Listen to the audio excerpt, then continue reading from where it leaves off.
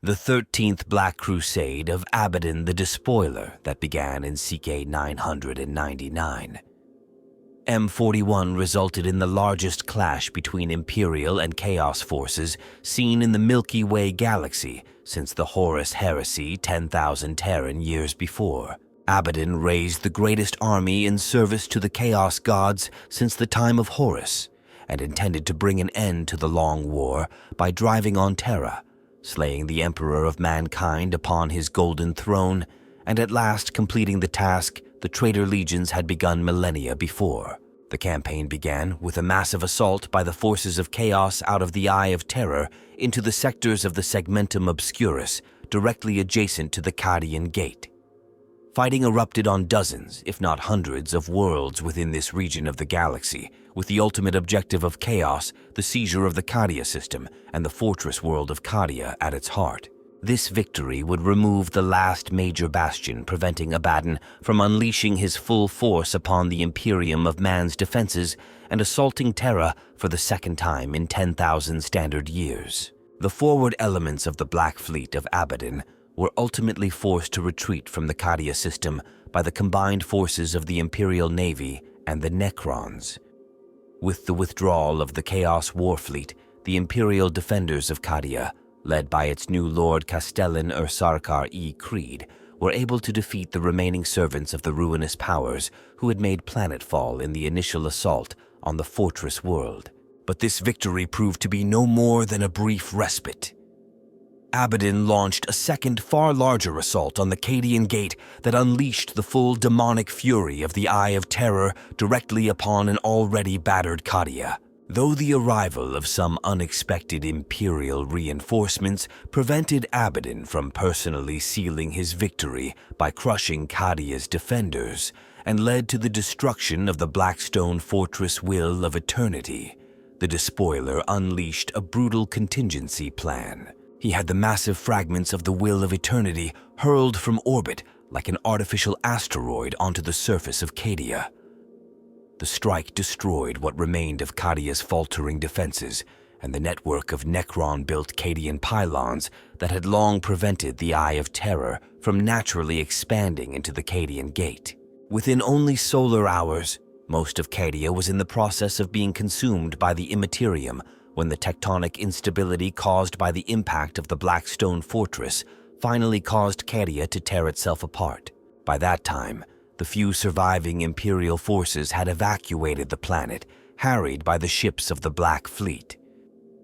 The 13th Black Crusade had been a triumph for the servants of the Dark Gods, and the Eye of Terror began to slowly expand without limit, opening Abaddon the Despoiler's coveted crimson path to Terra, and eventually becoming a part of the newborn Great Rift. Yet a handful of Imperial heroes had successfully escaped the fall of Cadia, with the aid of the newborn Aeldari faction known as the Inari, through a Webway gate found on the ice moon of Clysus in the Cadian system.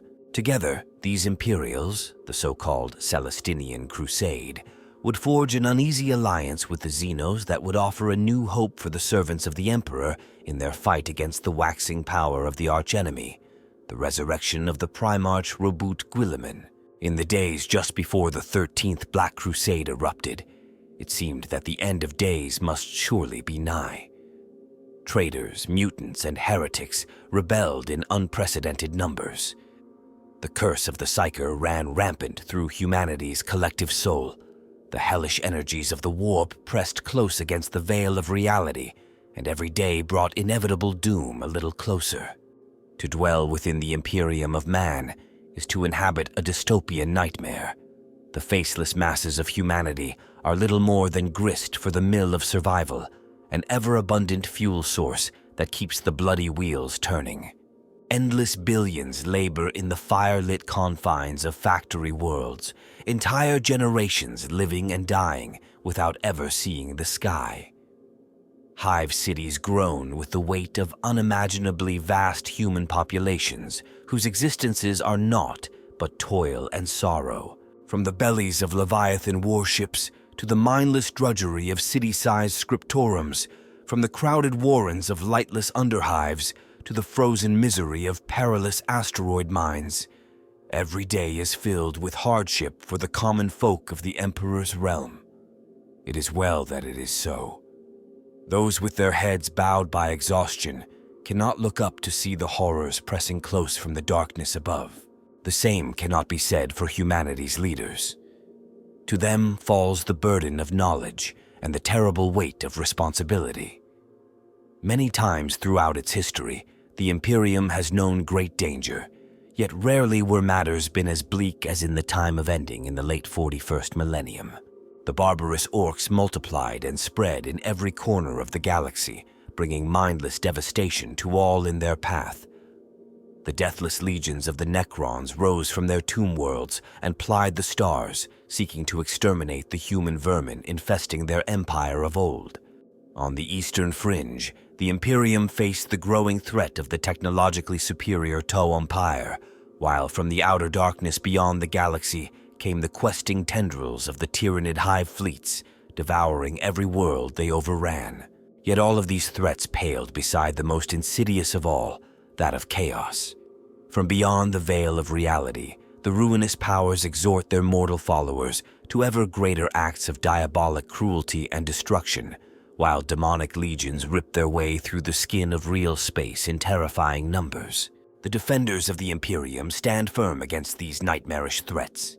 The teeming ranks of the Astra Militarum and Adeptus Mechanicus fight alongside the elite warriors of the Space Marines, the Adepta Sororitas and Grey Knights. But for all their efforts, more worlds are lost every standard year, even supposedly impregnable strongholds such as Enceladus and Minnesotira being swallowed by anarchy. Dark omens and dread portents ran rife. The Oracle of Eulandros spoke for the first time in 10 generations, prophesying death on a scale never seen before. The famed Silver Saints of Callisto Sasku wept tears of blood and ichor and would not stop. Seers and mystics across the Imperium were beset by grandiose visions of mighty angels and monstrous devils doing battle in a firmament lit by ghostly fires. Even as much of the Segmentum Pacificus fell ominously silent, astropathic choirs throughout Segmentum Solar were overwhelmed by floods of psychic cries issuing from every other corner of the galaxy.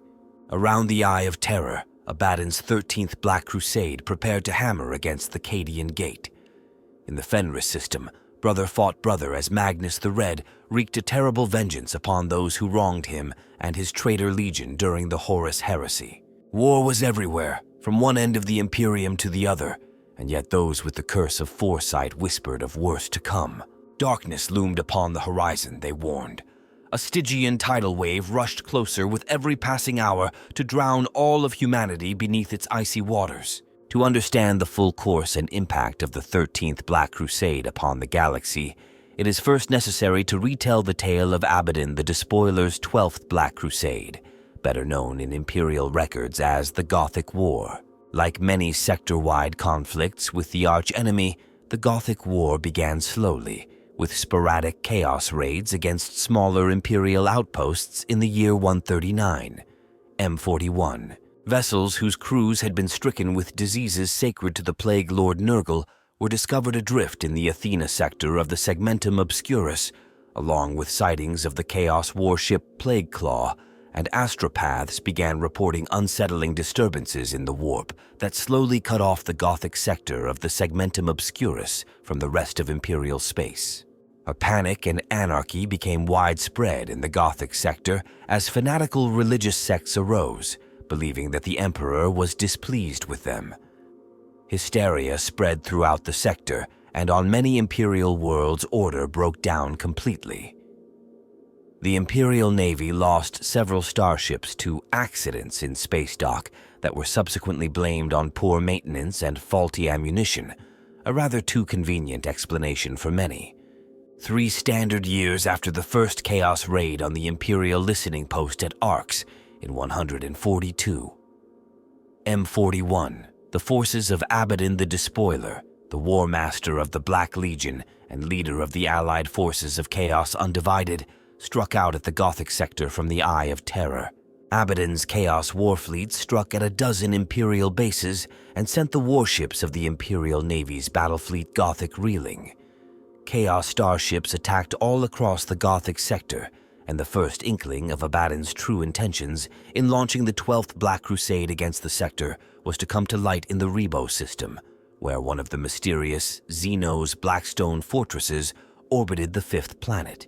These massive edifices of unknown alien origin had been refitted by the Imperium to serve as orbital bases for the starships of Battlefleet Gothic.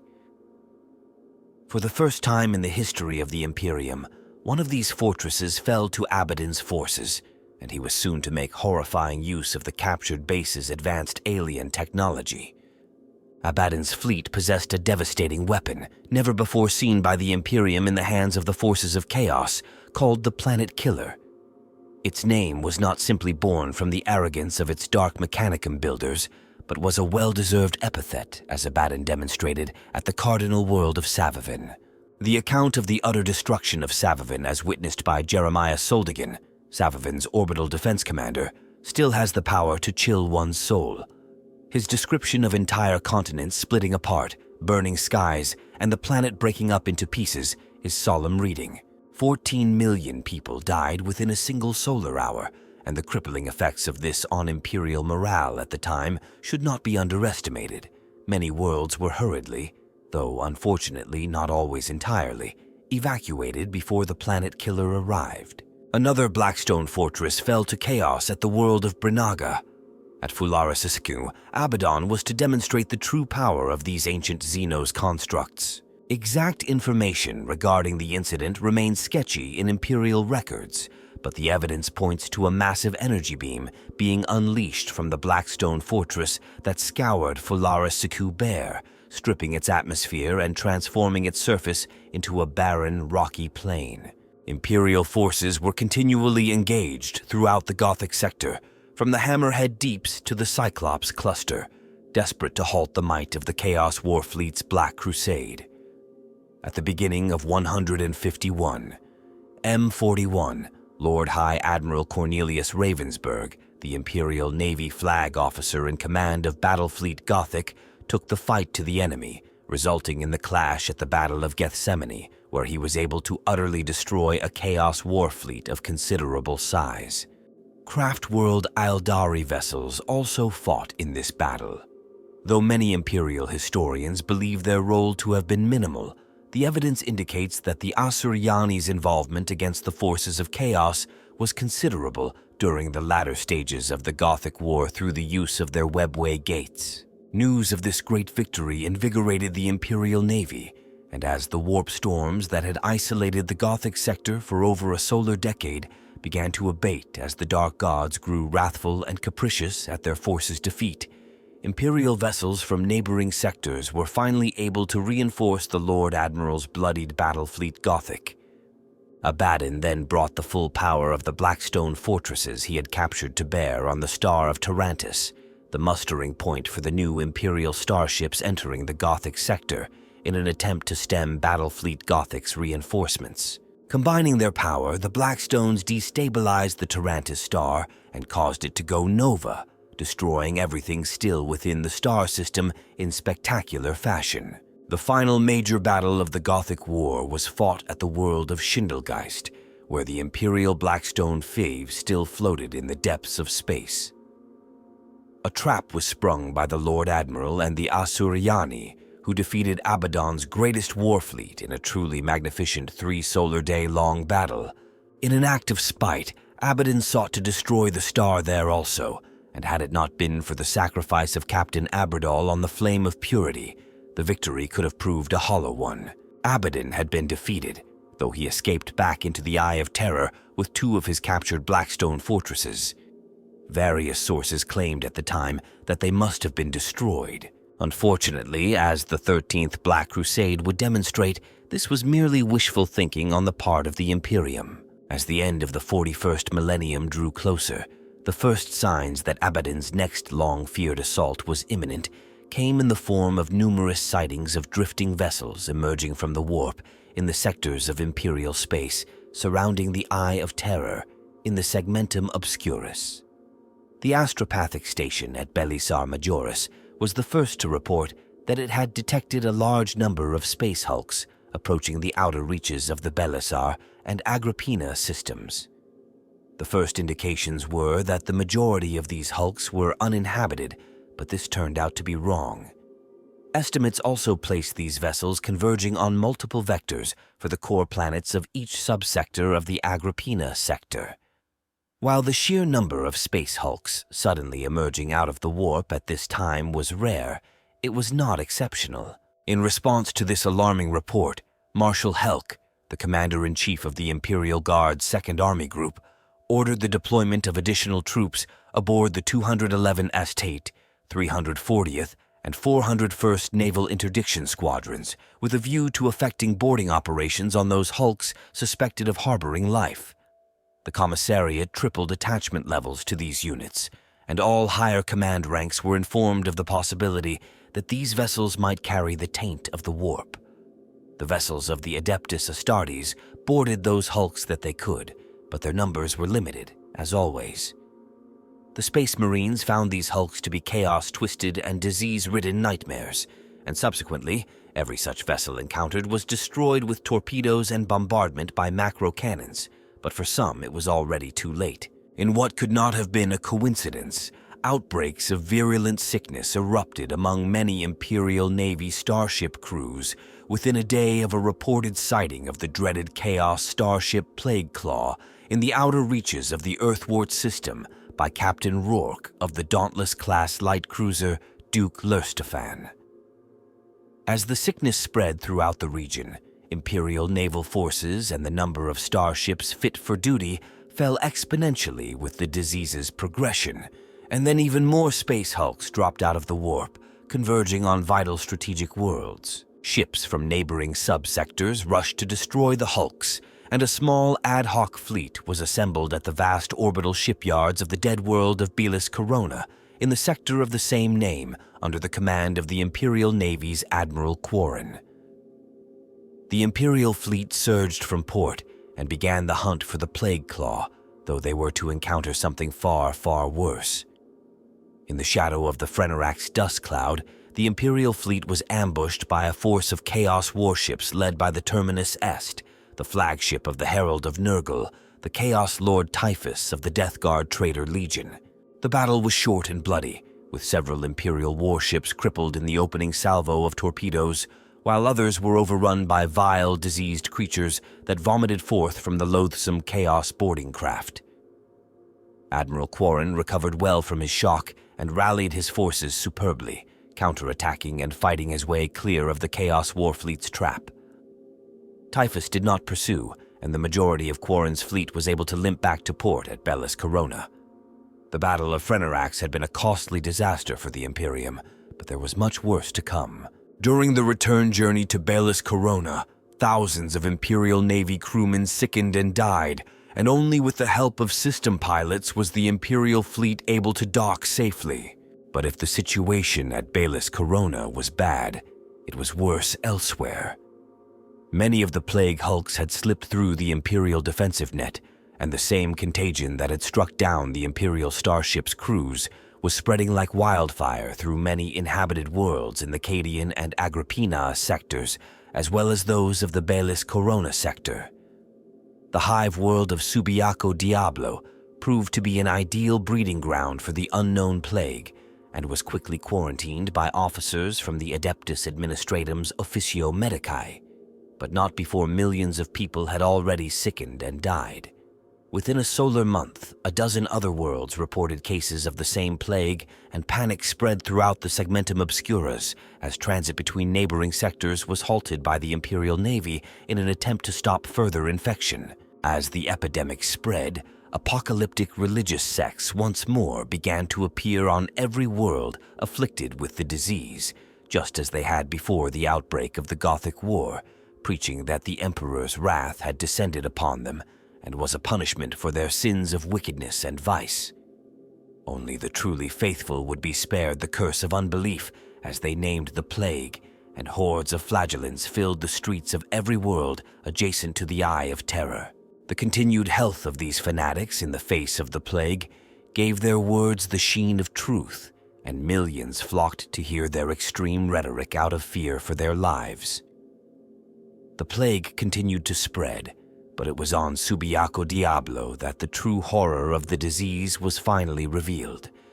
To the shock and disgust of the planet's inhabitants, the mass graves deep in the ash plains of the hive world that contained the bodies of the afflicted heaved and split open, and the corpses of those who had perished in the plague climbed up from the lime-encrusted ground. Soon millions of shambling corpses were advancing on the nearby hive city that they had once called home, clawing their way inside and attacking the already disease-weakened inhabitants. Within months, plague zombies were climbing from their graves on scores of worlds throughout the Segmentum's Belize Corona and Agripinaa sectors, and Imperial forces were stretched to their limits in containing these chaos abominations, as well as mobs of flagellating zealots who burned Medicaid ward facilities to the ground in their misguided attempts to stop the spread of the plague. Paralyzed by the sheer scale of the zombie epidemic, the Imperial Navy forces in these regions were completely unprepared for the vast Chaos war fleet that emerged from the warp at the edge of the Subiaco Diablo system and surged into Imperial space. The Herald of Nurgle, the Traveler, Typhus of the Death Guard, had come to reap the harvest of his plague of undeath, and there was nothing to stand in his way as he claimed the world of Subiaco Diablo as the newest province in the Plague Lord's eternal kingdom of death. As the zombie plague known as the Curse of Unbelief swept through many Imperial worlds throughout the Belize Corona and Agripinaa sectors, fanatical cults preaching that the Imperium had forsaken the teachings of the Emperor grew in number. They decried the sufferer's sickness as just punishment for their wickedness, claiming that only in the flames of purgation could the cure be found, and they would provide both. On the worlds of Malin's Reach and Lelithar, Imperial rule all but broke down as the plague crippled the authorities' ability to contain the rantings of self-proclaimed prophets of the end times who whipped entire populations into frenzies of insanity. The ecclesiarchy had dispatched the highest officers of the Imperial Church to quiet the souls of the people, yet at this time of direst need, the Adeptus Ministorum had itself become embroiled in internecine conflict.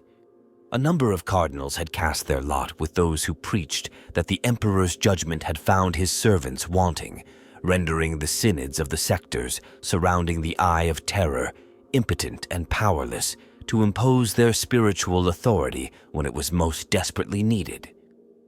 Naval facilities and symbols of Imperial rule were openly attacked, and over the following solar weeks, mob rule virtually replaced that of the Administratum on many outlying worlds. Overpopulated hive worlds as far apart as the Scaris and the Cadian sectors erupted in violence, seemingly without cause. Even the higher echelons of Hive World Tabor and the naval base at Belize Corona proved to be riven with chaos cults. Charismatic demagogues incited frenzied mobs to fight the ruthless, crushing oppression inherent in the Imperium's system of rule, and hundreds of thousands heeded their seditious ravings.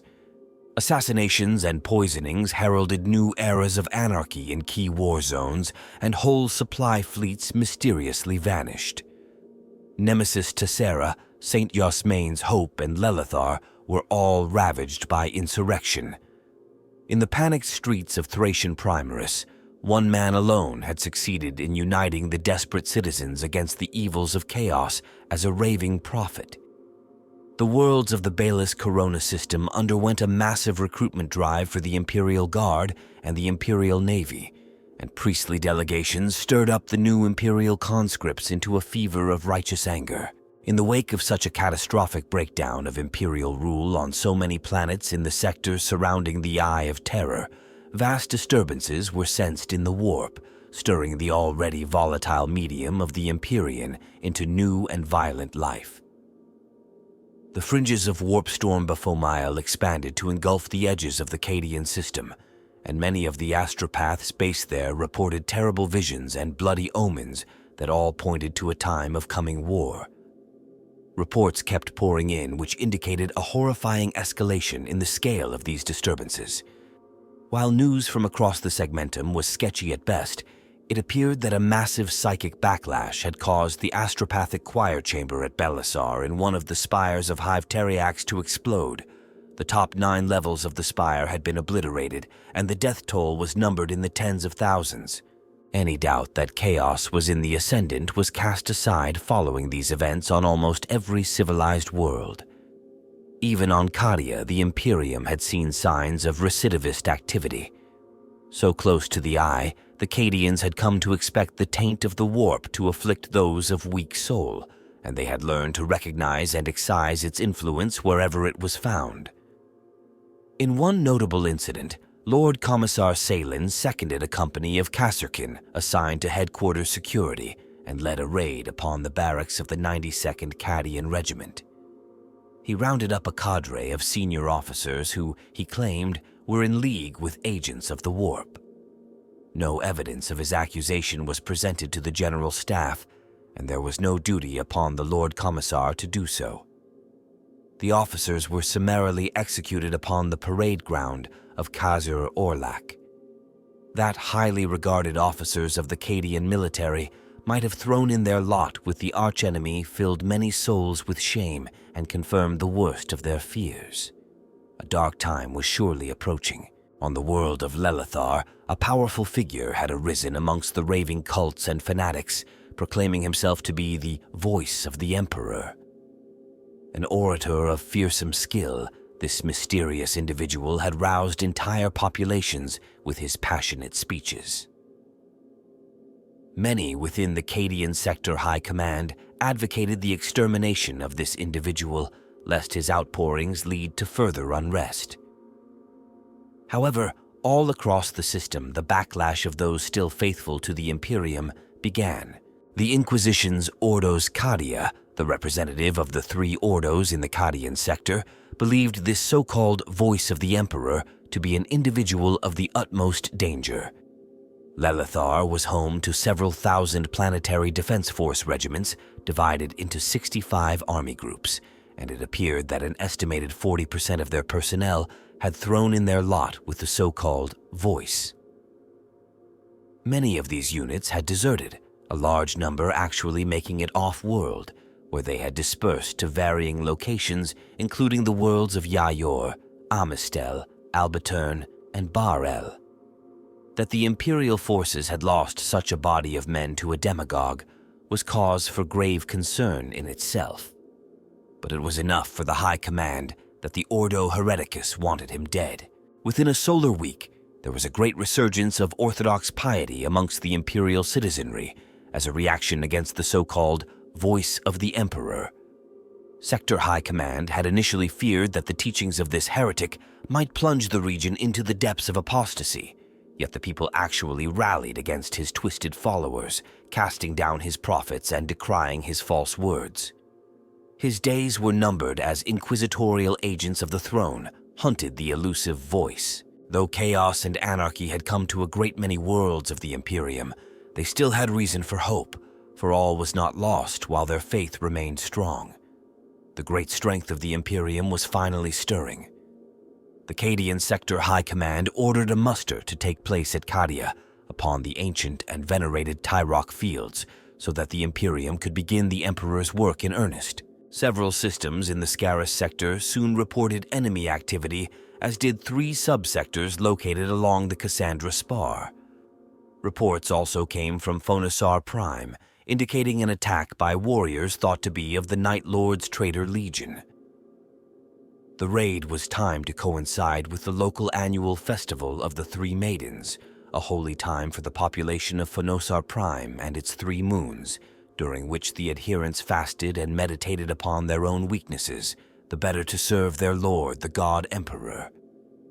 Evidently, the attackers took advantage of the fact that most of the world's population were cloistered in prayer and descended upon the world's capital city of Medea like a pack of feral predators upon its prey. Survivors reported that the enemy made planetfall at Medea's primary generatorium, destroying it and plunging the city into darkness before crippling the metropolis' reserve power facilities.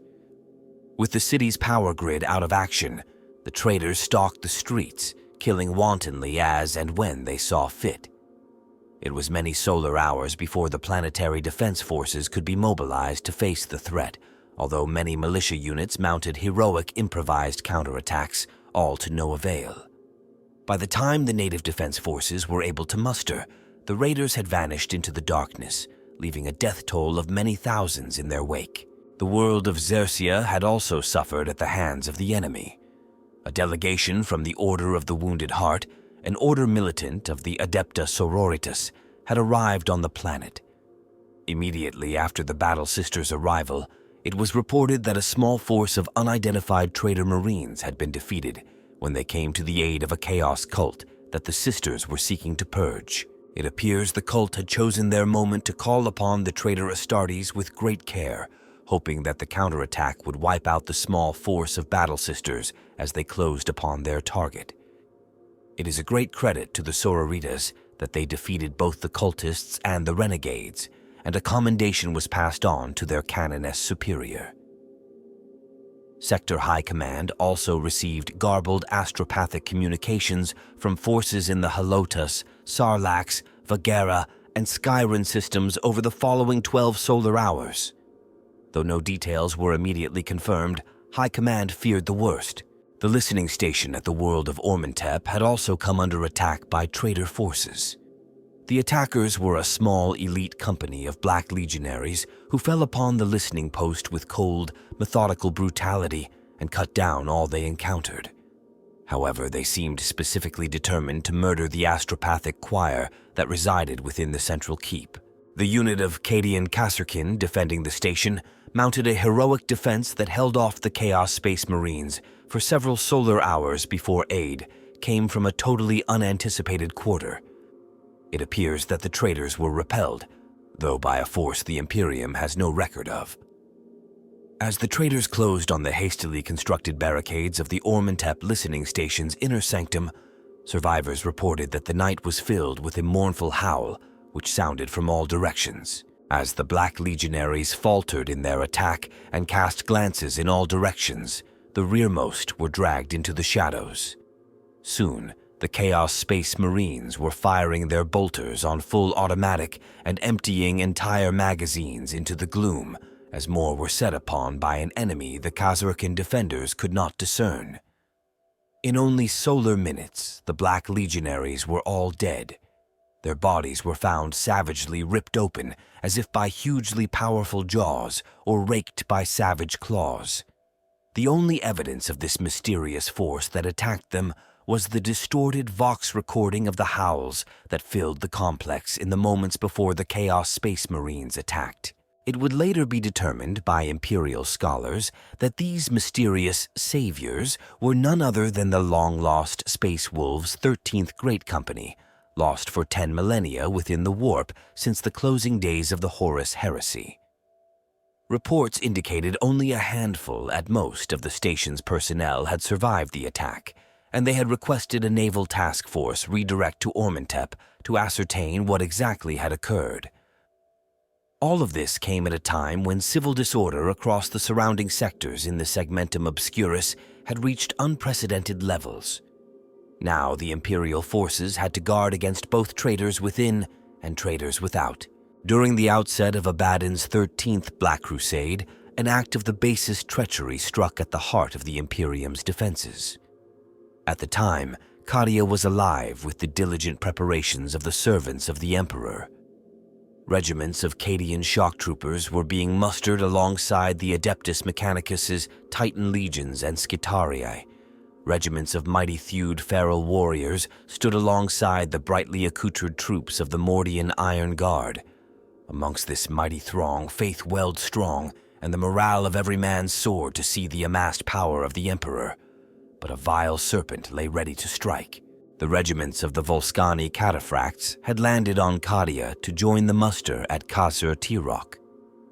Yet, in truth, the troops and officers of the Volscani regiments feared to face the forces of chaos again, and even if they had not formally pledged their allegiance to the Dark Gods, they had decided that it was better to die in clean battle against men in service to a dark cause than to stand at the gate to the warp and close ranks in the face of the powers of hell once more. As the defenders of the Cadian Gate prepared for conflict, the traitorous Volscani cataphracts revealed their new allegiance to the ruinous powers when they unexpectedly struck in force at the Imperial Guard troops being mustered at the Tyrok fields. The traitors slaughtered thousands of loyal guardsmen before any response could be coordinated. The intent of the Volscani's treason was revealed as they swarmed aboard the Leviathan Excubitoi Castellum, which served as the command vehicle of the Governor Primus Marius Perelska of Cadia. The traitors proceeded to slaughter him and much of the senior command of Cadia's armed forces. This included the commander-in-chief of the defenders of the Cadian Gate, who was killed in the brutal attack. At the darkest moment, then Colonel Ursarkar E. Creed took control of the dire situation. Rallying the 8th Cadian Shock Troops Regiment, the bloodied Imperial defenders were quickly organized and ordered to advance upon the traitors. The 8th Cadian led the charge into the ranks of the Volscani. Creed and Jaren Kell, his regimental standard-bearer and most trusted friend, led the way during the counterattack, and it was they who reached the command deck first and succeeded in preventing the foul desecration of the fallen body of the Governor Primus. The governor had fallen, as a Cadian should, with a blade in his hand and heretics at his feet. Creed carried the body of the governor back to the battlements of the Leviathan, wrapped in the banner of the 8th Cadian. Many more Cadian regiments came upon the scene, and a great throng of them gathered around. Colonel Creed, being a pious man, allowed them to sing their praise to the God Emperor, and then from his lofty position he delivered his first exhortation to the armies of Cadia to strive without rest until every disciple of Chaos had suffered the same fate as the Volscani. The host demanded that Ursarkar should take command. 3 times he refused the offer, but ultimately he acceded to the will of the massed regiments of Cadia. As ever, greatness thrust itself upon Ursarkar E. Creed, and he could but strain to bear its weight. Through Creed's actions, what might have been a grievous defeat for the Imperium and a nefarious victory for the hordes of the archenemy was turned into a defining moment for the defenders of Cadia. Every man and woman of the fortress world swore to repurpose themselves to the defense of the Emperor's realm. Following the betrayal on Cadia, pleas for aid from Imperial forces beyond the Cadian sector had been dispatched to military commands in the surrounding sectors. Warriors from the lauded chapters of the Astartes Preces and from the Space Wolves were expected to reinforce the beleaguered Imperial forces. Naval assets had been promised from Cypra Mundi, and regimental muster had begun in many nearby sectors. The full might of the Imperium was gathering, but only time would tell whether or not it would arrive in time. That a major chaos incursion was imminent was now beyond doubt, but the archenemy would find the Imperium ready if only the preparations could be completed in time. Creed promoted those Imperial Guard officers he felt were worthy and ruthlessly demoted, or transferred those officers he deemed ineffectual. Though many resented his brusque manner, and he had undoubtedly made many enemies amongst the established Cadian officer class, many believed that his approach was a necessary one, considering the monumental task at hand. Though Cadian morale had been dealt a terrible blow by the betrayal at Kasr Tyrok, Ursarkar E. Creed had rallied the Imperial Guard and planetary defense forces charged with the defense of Cadia and the Cadian Gate magnificently as Cadia's new commander-in-chief and Lord Castellan. Though many senior officers had seen men who had fought 100 battles over their careers waver, a single word from Creed could galvanize them into action. The man was imbued with fierce resolution, and those under him could not help but be infected by it. The work of organizing the forces at Cadia's disposal continued at a rapid pace as the penultimate year of the 41st millennium opened. As was standard practice, each world contributed regiments and organized its forces into battle groups, and Sector High Command assigned Departamento Munitorum support services to each as they become available. Cadia was fortunate in that many worlds of the Segmentum Obscurus followed the Cadian example with regard to regimental structure, equipment, and combat doctrine, though there were notable exceptions to this rule, with Imperial Guard units such as those raised from the worlds of Finrate and Mordant. With a starting establishment of 6 to 9 Imperial Guard regiments per battle group, and at least 6 such groups formed into an army, Cadian Sector High Command had been able to assign a minimum of 10 army groups to the defense of every notable world in the region, with the capital worlds assigned as many as 100. Of course, experiences showed that these battle groups would soon break down once they were required to redeploy to meet combat needs as a conflict developed, and staff officers on the ground would need to organize their forces as best they were able. Such was the reality of staff work when one was required to coordinate highly diverse units over such vast distances. With the worlds of the Cadian Gate all but on their knees with the weight of internal strife and the outbreak of the so-called Plague of Unbelief, Abaddon the Despoiler launched an invasion into the Emperor's realm and unleashed a power beyond imagining, the scale of which had not been seen since the darkest days of the Horus Heresy. As part of their constant vigil around the Eye of Terror, highly trained units of Cadian Kasurkin often pushed into the outer reaches of that swirling maelstrom, desperate to find some indication of where the first blow would land in early 999. M41. Astropathic divination pointed towards the blighted world of Earthward, a world already taken by chaos, its population enslaved and sacrificed to the dark gods.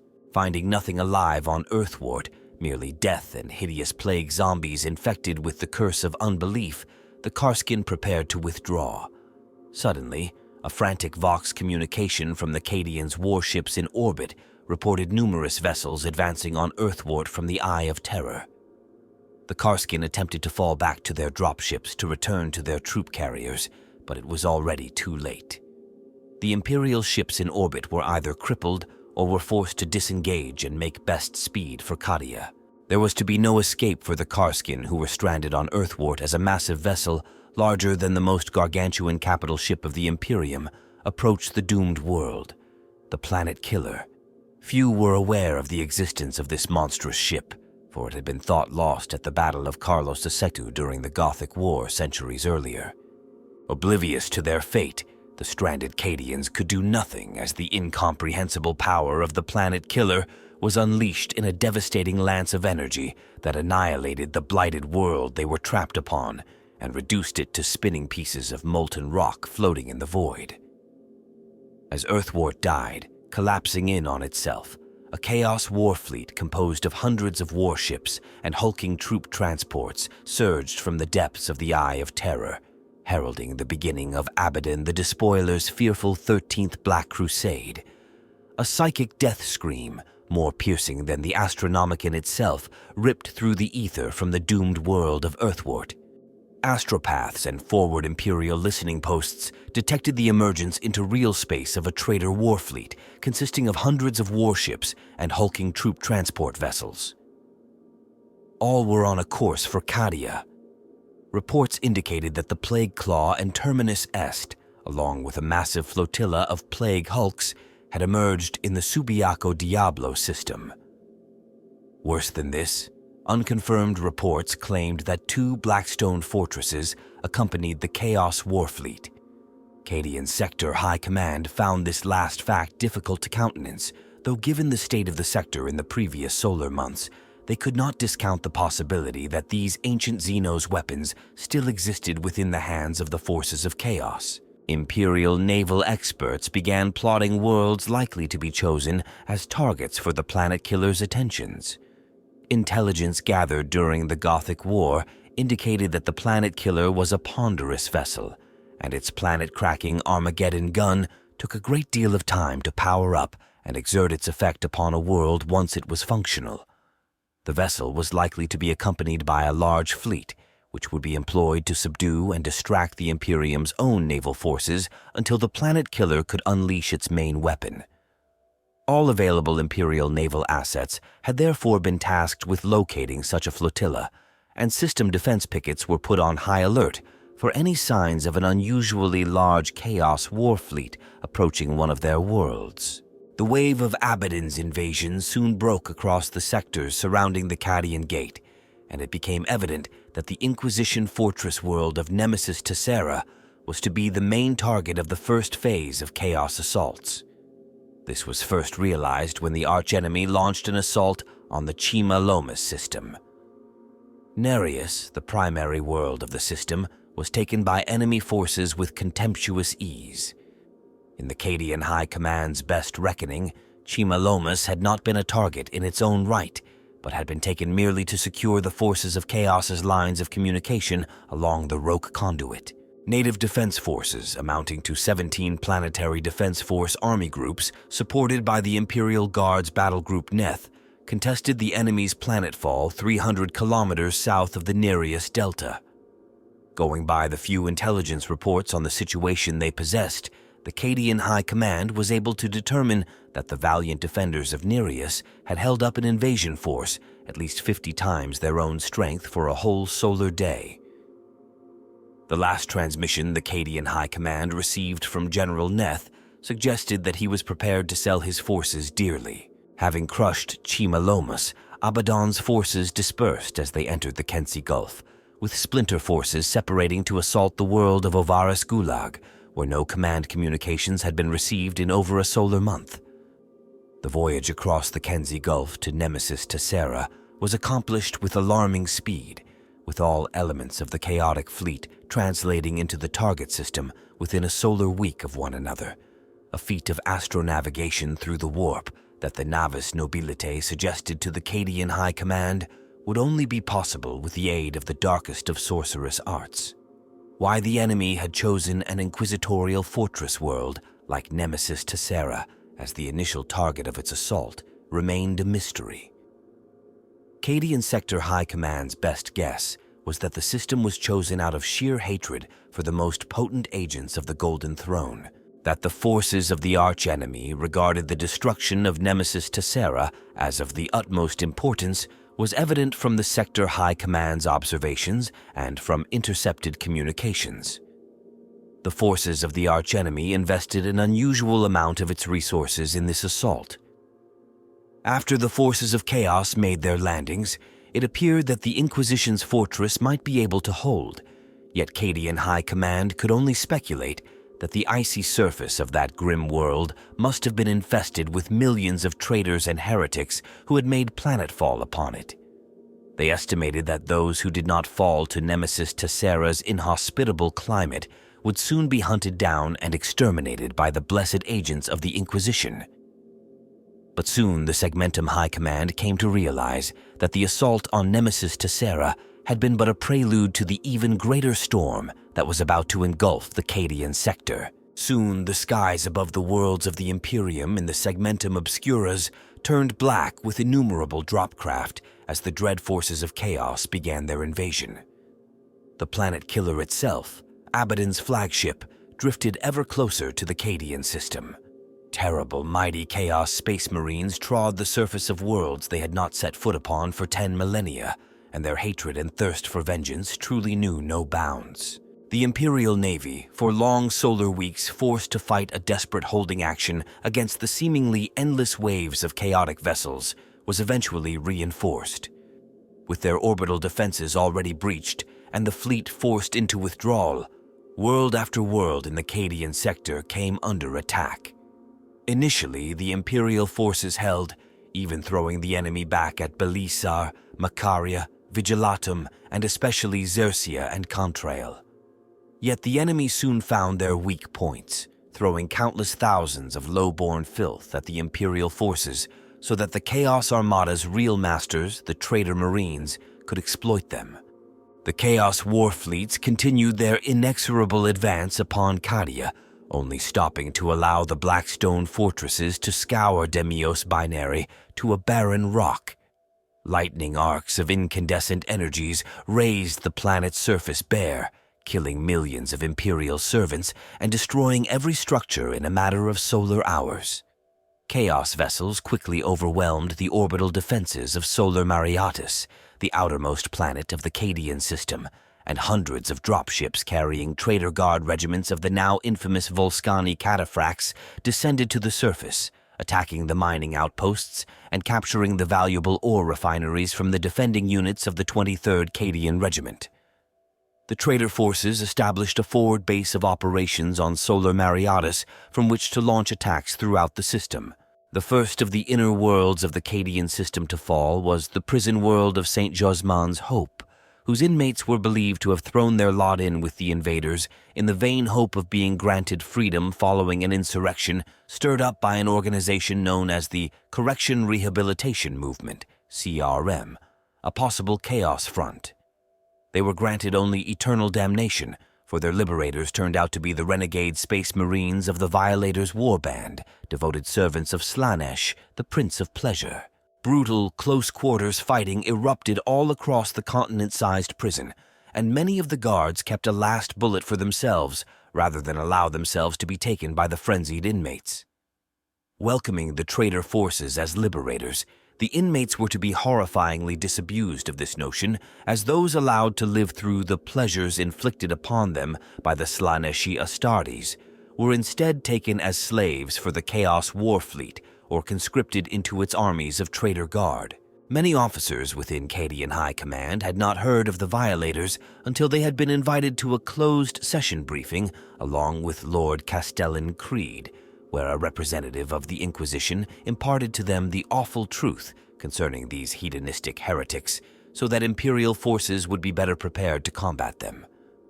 What they were told about the Violators' activities filled even hardened veterans with horror, for no man, no matter his crime, deserved to have the attentions of such vile creatures visited upon him. Soon the defenses of every one of the worlds in the Cadian system were sorely tested, and despite the efforts of the Commissariat to maintain Imperial morale through censorship of news, word spread of the atrocities being committed upon St. Josmane's Hope. Following a solar week of disastrous events upon the penal world, the Lord Castellan issued an order the like of which many believed they would never be required to enact. The world of St. Josmane's Hope was to be subjected to exterminatus and destroyed utterly. The enaction of an exterminatus was beyond the resources available to the Imperial forces present in the system. The agents of the Inquisition confirmed this and said that their own ships that carried the needed weapons of mass destruction were many solar weeks distant. Logan Grimnar, the Great Wolf, chapter master of the Space Wolves, also confirmed that none of the available vessels of his chapter fleet carried cyclonic torpedoes, and neither did any Astartes warship within range. The Imperial Navy put forward the plan of instigating a massive bombardment of the world using nova cannons in the hope of causing a degree of tectonic instability, but all available intelligence suggested that the chaotic fleets blockading St. Josmane's Hope's orbital space were too strong. The bombardment vessels would not survive to launch a single shell, let alone the 100 or more required to complete the task. Finally, it was put forth by the Adeptus Mechanicus's representative that tectonic instability could be created by overloading the generatorium grid of the planet's main prison complex. The resulting explosion would pierce the world's crust, thereby causing a meltdown to sing through the planet's outer crust and into its mantle. This would cause the crust, followed by the planetary mantle, to tear itself apart. The only drawback to this plan was that such an objective would need to be completed by a team of operatives on the ground, for it could not be attempted remotely. A special team was assembled in short order and given the moniker Strike Force Herald. It was composed of an unlikely mix which included Astartes from the Space Wolves, Howling Griffins, Subjugators, and Iron Knights chapters, 3 squads from 3 different Imperial Guard regiments, a Death Cult assassin, 5 tech priests, and a number of additional support personnel, in addition to an unnamed pair of Inquisitors. This small force was assembled in under a solar hour after the Cadian High Command approved the plan, and it immediately left for St. Josmane's Hope. 24 solar hours before this strike force was due to achieve its objective, the evacuation order was issued to those few forces the Imperium still commanded on the surface of St. Josmane's Hope. The order was given after Strike Force Herald made planetfall. Following the issue of the evacuation order, Imperial forces upon the planet began a fighting withdrawal worthy of the greatest of commanders. Never had anyone heard or read of such heroism as was displayed during the desperate rearguard actions of that day. Regiments laid down their lives so that entire armies could escape to their transports. Even as those transports departed, men stood their ground at the overrun landing areas and fought to the death rather than board the escape vessels, so determined were they that their comrades should live to fight another day. The Imperial forces' plan was ultimately successful, and St. Josmane's hope was destroyed. Unfortunately, none of the operatives of Strike Force Herald survived to return to Cadia after carrying out this desperate mission to tell the tale of their own heroics. With warp storms rendering astropathic communications erratic, the Segmentum Obscura's High Command continued to experience enormous difficulties coordinating command and control of its forces. Communications from the more distant sectors was particularly affected, and Imperial commanders were advised that those communications they did receive from distant sources were not to be trusted due to psychodynamic distortion. A particularly implausible report from the Scarus sector indicated that in addition to chaos attacks, the defenders there faced the menace of the Orks. After-action reports cited the world of Mordax Prime as the initial focus of a massive Ork incursion which occurred at the same time as the Chaos Assault was first hitting the Segmentum, and if this were just an isolated case, High Command would normally have written off the communication as misinformation caused by inexperienced troops facing an enemy they had no experience with. However, every major star system in the Scarus sector soon logged similar reports, so they had to be taken seriously until more detailed information was forthcoming. On Cadia, Lord Castellan Ursarkar E. Creed led his Cadian 8th Regiment, now being referred to as the Lord Castellan's Own, on an operation to hunt down and exterminate a group of Volscani cataphracts who, unknown to Cadian High Command, had escaped the chaos of the Tyrok fields and were attempting to link up with elements of Abaddon's invasion force. The Lord Castellan had always been known as an officer who would fight at the front line with no hesitation whatsoever, leading his men and setting the standard for his junior officers. The 8th Cadian brought the enemy to battle at Kasr Vasan, in the shadow of the Cadian pylon that dominated the Vasani moors.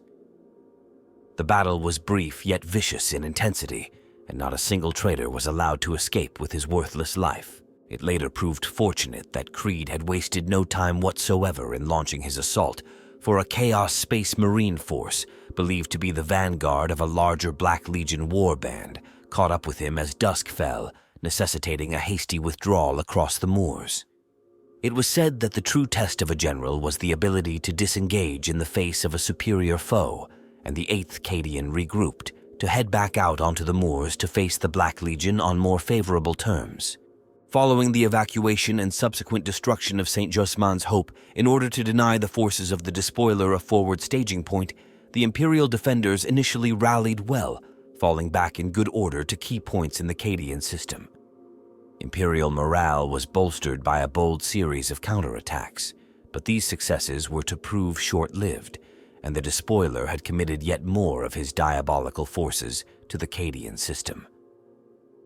With the forces of chaos now fully committed to the siege of Cadia, the beleaguered defenders could only pray help arrived soon, before all was lost.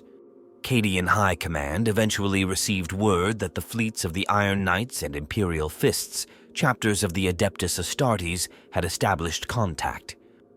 Lord Castellan Creed was also in conference with the Great Wolf Logan Grimnar of the Space Wolves chapter, planning how best the Space Marines might be deployed. Though the Cadian Sector High Command held no authority over the Adeptus Astartes, Creed had indicated his support for Grimnar should he establish himself as the nominal head of the Space Marine chapters operating in the region. Captain Echion of the Patriarchs of Ulixis, commander of the Ultramarines Honor Company, a specialized company of the Ultramarines that had been stationed at the Cadian Gate for many millennia, rotating officers and warriors from Ultramarines companies elsewhere, and also drawing from the Ultramarines' successor chapters, also voiced his support for this arrangement. Lastly, the Cadian High Command also received word from the Adeptus Mechanicus Temple at Kasr that the Ordo Reductor, consisting of ancient and venerated siege engines akin to the dreadnoughts of the Astartes, was to reinforce the Cadian defenses there. Unfortunately, not all the news that reached the Cadian High Command at this time was good. The situation on the world of Lelithar had taken a drastic turn for the worse. In an attempt to bring to ground the heretic, calling himself the Voice of the Emperor, the Legio Ignatum of the Collegia Titanica, the Death Spectre's Space Marine Chapter, and the Duran Dragoons Imperial Guard Regiment laid siege to that world's capital city. Soon after the arrival of these forces, a large proportion of Lelithar's native defense forces and populace rebelled and took up arms against their government, slaughtering the planetary governor and his staff in an orgy of bloodletting. The Lelithar security forces and the Adeptus Arbites reacted with commendable speed, breaking up suspected chaos cults and anti-imperial organizations. But once again, Lelithar was plunged into anarchy. It concerned the Cadian High Command greatly that they were still unable to control Lelithar. Even with the presence of a Titan Legion and a chapter of the Adeptus Astartes on the world, the rebels continued their actions, and the Voice of the Emperor continued broadcasting his lies across the region. Many within the Cadian High Command continued to labor on an analysis of the Traitor Legion's attacks. This task was ordered directly by the Lord Castellan and had brought about a degree of conflict within the High Command for Supreme Grand Master Azrael of the Dark Angels. Chapter heard of this endeavor and ordered it to cease, stating that the actions of the traitors were the business of the Astartes themselves and were of no concern to mortal units. Creed rejected this assertion as patently ridiculous under the circumstances of the current crisis, and Logan Grimnar agreed with him. As a result, Azrael soon withdrew what cooperation the Dark Angels had been prepared to offer. Multiple incidents of new chaos incursions continued to be logged with the Cadian High Command, the greatest number of which involved the Night Lord's Traitor Legion. Imperial analysts had reached the conclusion that this legion had been employed in a vanguard role throughout the early stages of the Chaos Invasion, and it had been extremely effective in its mission. The Night Lords were notorious for the savagery of their assaults, as their predilection for inflicting wanton cruelty on all they encountered was well known across the Imperium. The arch-enemy was believed to have utilized the Night Lords in this role in order to foment panic in Imperial civilian populations as a result of the brutality of these attacks. The people of many worlds were consumed by panic that their planet would be the next to suffer at the hands of the Night Lords. While the Night Lords had been deployed to serve as terror troops, the insidious traitor Astartes of the Alpha Legion were employed by Abaddon as infiltrators. This particular force was one that the officers of the Cadian High Command had been briefed on by the Ordo Malleus, who considered their activities of dire import. Reports of scattered enemy attacks upon key Imperial facilities had been continuously received by the Cadian High Command, but these minor attacks had seemed to pale in significance when compared to the overall scale of the Chaos Invasion. However, closer analysis along with the information received from the Inquisition lead the Imperial forces to believe that these attacks actually represented the work of the Alpha Legion. Further investigations revealed that a number of rear echelon supply and communication facilities were amongst the targets hit. One could not help but wonder whether these objectives were designed to hinder the movements of Imperial reinforcements into the region from further afield. The Emperor's children, led by the immortal favored Chaos Champion of Slaanesh, Lucius the Eternal, feasted well upon the agony of the population of the world of Belisar. The Plague Marines of the Death Guard stalked across the battlefields of the planet Amistel, the ground beneath their feet cluttered with the unquiet corpses of those who the plague of unbelief had consumed. In the wake of these traitor legions come the hordes of the lost and the damned, traitor guard, mutants, chaos cultists, and human fiends of the very worst aspect who despoiled the domains of mankind by their very presence. The acts of wanton destruction and desecration they proceeded to carry out in the name of the ruinous powers shook even the most stoic defenders of the Imperium to the core. While the war continued to go badly upon the surface of many worlds in the Cadian system, in particular St. Josmane's Hope and Solar Mariatus, the war in space was fought more on the Imperium's terms. The Cadian system had been the focus of Abaddon's primary fleet actions, and the Imperium's fortunes there changed from day to day. The situation was highly fluid, and the chaotic naval forces found themselves stretched to exploit the victories they had won. Although the Imperial Navy's fleets could not hope to oppose those of the archenemy in and around the orbital space of most of the worlds of the Cadian system, they continued to hold on to control of the intersystem space lanes within the Cadian sector. The Imperium could not under any circumstances afford to let their guard waver, for it was upon one of these routes that they hoped to bring the planet killer to battle. To let it pass was too terrible a failure to contemplate.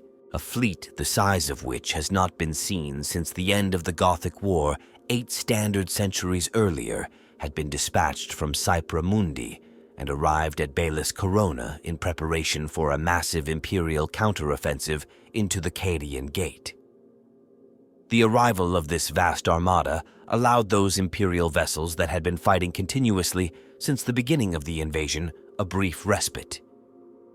Severely depleted ships' companies were bolstered through indiscriminate press ganging, and hasty repairs and refits were undertaken on those vessels most in need of them. The Imperial reinforcements were split into battle groups, each tasked with bolstering the defenses in a specific sector of the Segmentum Obscurus.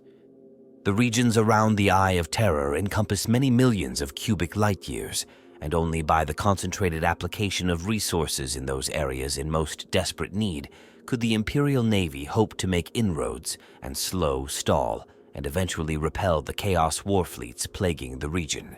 During the latter stages of the campaign, when Abaddon's fleet was seen approaching the agri-world of Lortox, the Ultramarines Honor Company distinguished itself with a bold, spaceborne counter-assault against Abaddon's fleet as the planet killer closed with that Imperial world on the outskirts of the Agripinaa sector. The action bought Lortox's planetary defense forces time to evacuate a significant proportion of the population before the world was destroyed by Abaddon's horrific weapon of planetary destruction. The Ultramarines Honor Company managed to succeed in crippling the planet killer, but the massive vessels still had enough power to limp away. In the aftermath of the Lortox evacuations, the Ultramarines Honor Company redeployed to Cadia and the surrounding star systems, launching a series of operations to hinder Abaddon's forces as they assaulted the Imperial positions.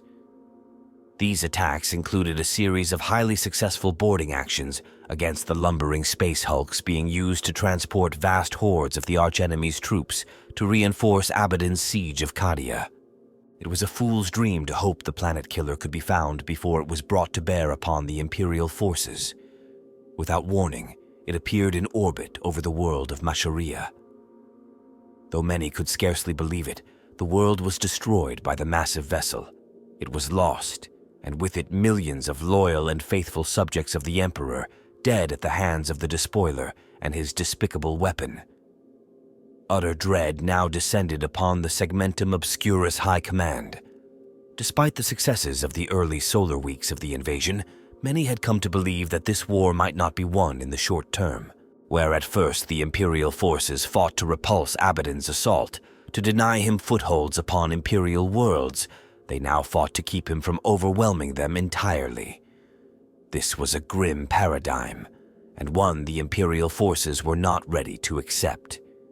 They believed Abaddon dare not destroy Cadia, as its pylons were reckoned intrinsic to the continued stability of the Cadian Gate, which he needed to move his forces deeper into Imperial space so that he could launch an assault upon Terra. So the Imperium would make its last stand upon Cadia and hold that world no matter the cost. With every world in the sector's oculus, sectors surrounding the Eye of Terror, now embroiled in a war that had already claimed countless billions of lives, a new and unexpected faction suddenly took a hand in events. The ever-elusive ships of the Aeldari had been sighted by the crews of many Imperial Navy vessels and by troopers on the ground across at least a dozen sectors. In the depths of interstellar space, these Xenos warships reportedly intervened in battles between the Imperial Navy and the Chaos Invaders, on occasion providing aid to Imperial warships, and allowed them time to escape when overwhelmed, but at other times attacking them without provocation. The Drukhari had also been sighted, preying on the lesser worlds of the Cadian sector. They had even taken slaves on the feral world of Medusa, the homeworld of the Iron Hands chapter. It was rumored that a legendary Aeldari faction referred to by the Ordo Xenos as Harlequins had been sighted on the battlefields of Agripinaa and Skelis. The Aeldari had also been sighted upon the worlds of the Cadian Gate. Cadian High Command had long been aware that the Aeldari of the Ulthwé craft world maintained a strong presence in the vicinity of the Eye of Terror. Though little was known of their ways, it was widely believed that they ultimately worked towards the downfall of the archenemy. Indeed, the Black Guardians of Ulthwé had taken a hand in a number of battles, appearing unexpectedly and without any warning upon the surface of planets thought distant from Aeldari activity. Upon Balis Corona, Aeldari strike forces had freed Imperial Navy ground crews from the Chaos Legions closing in on them.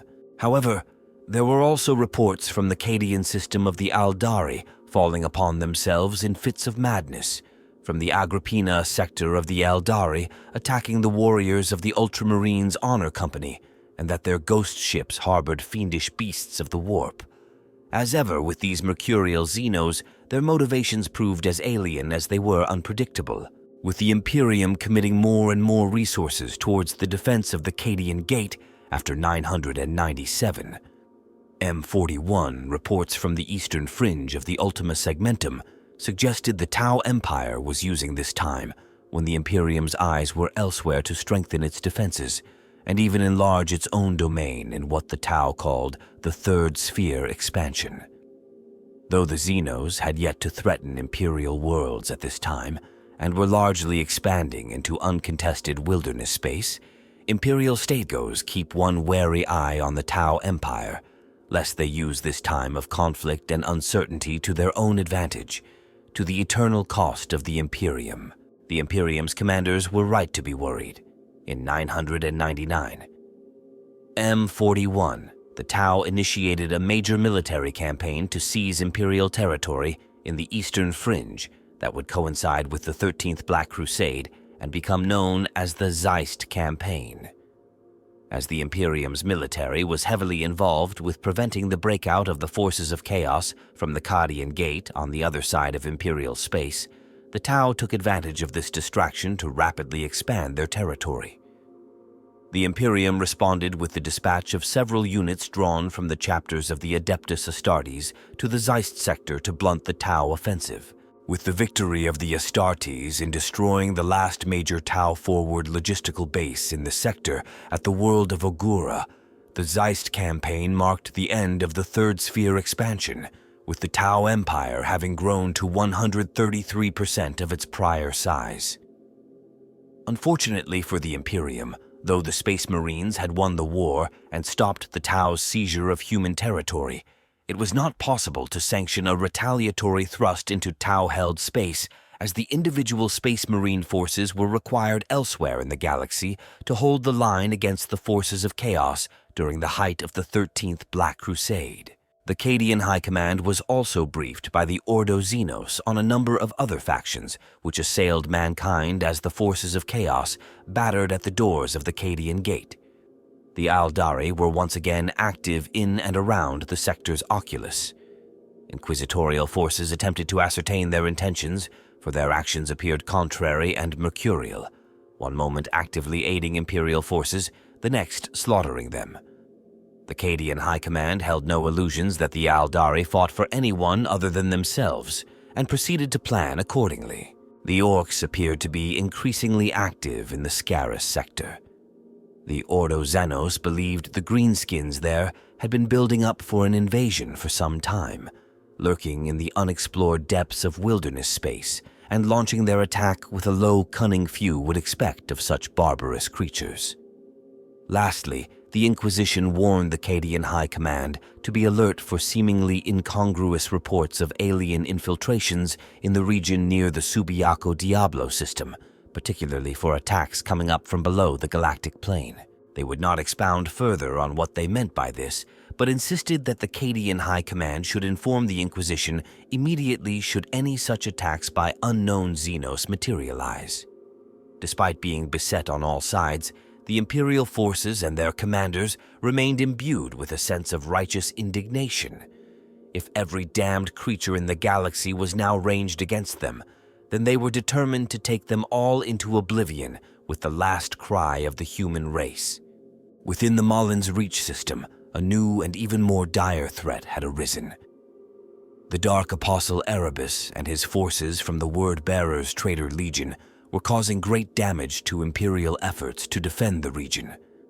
This enemy was of a particularly insidious nature, as the self-styled prophet of the ruinous powers sought to convert the people of the Imperium as much as to slaughter them. Spreading his foul corruption far and wide, he had managed to manipulate the Ultramarines Honor Company into an attack upon the world of Thasia, the fourth planet in the Malin's Reach system.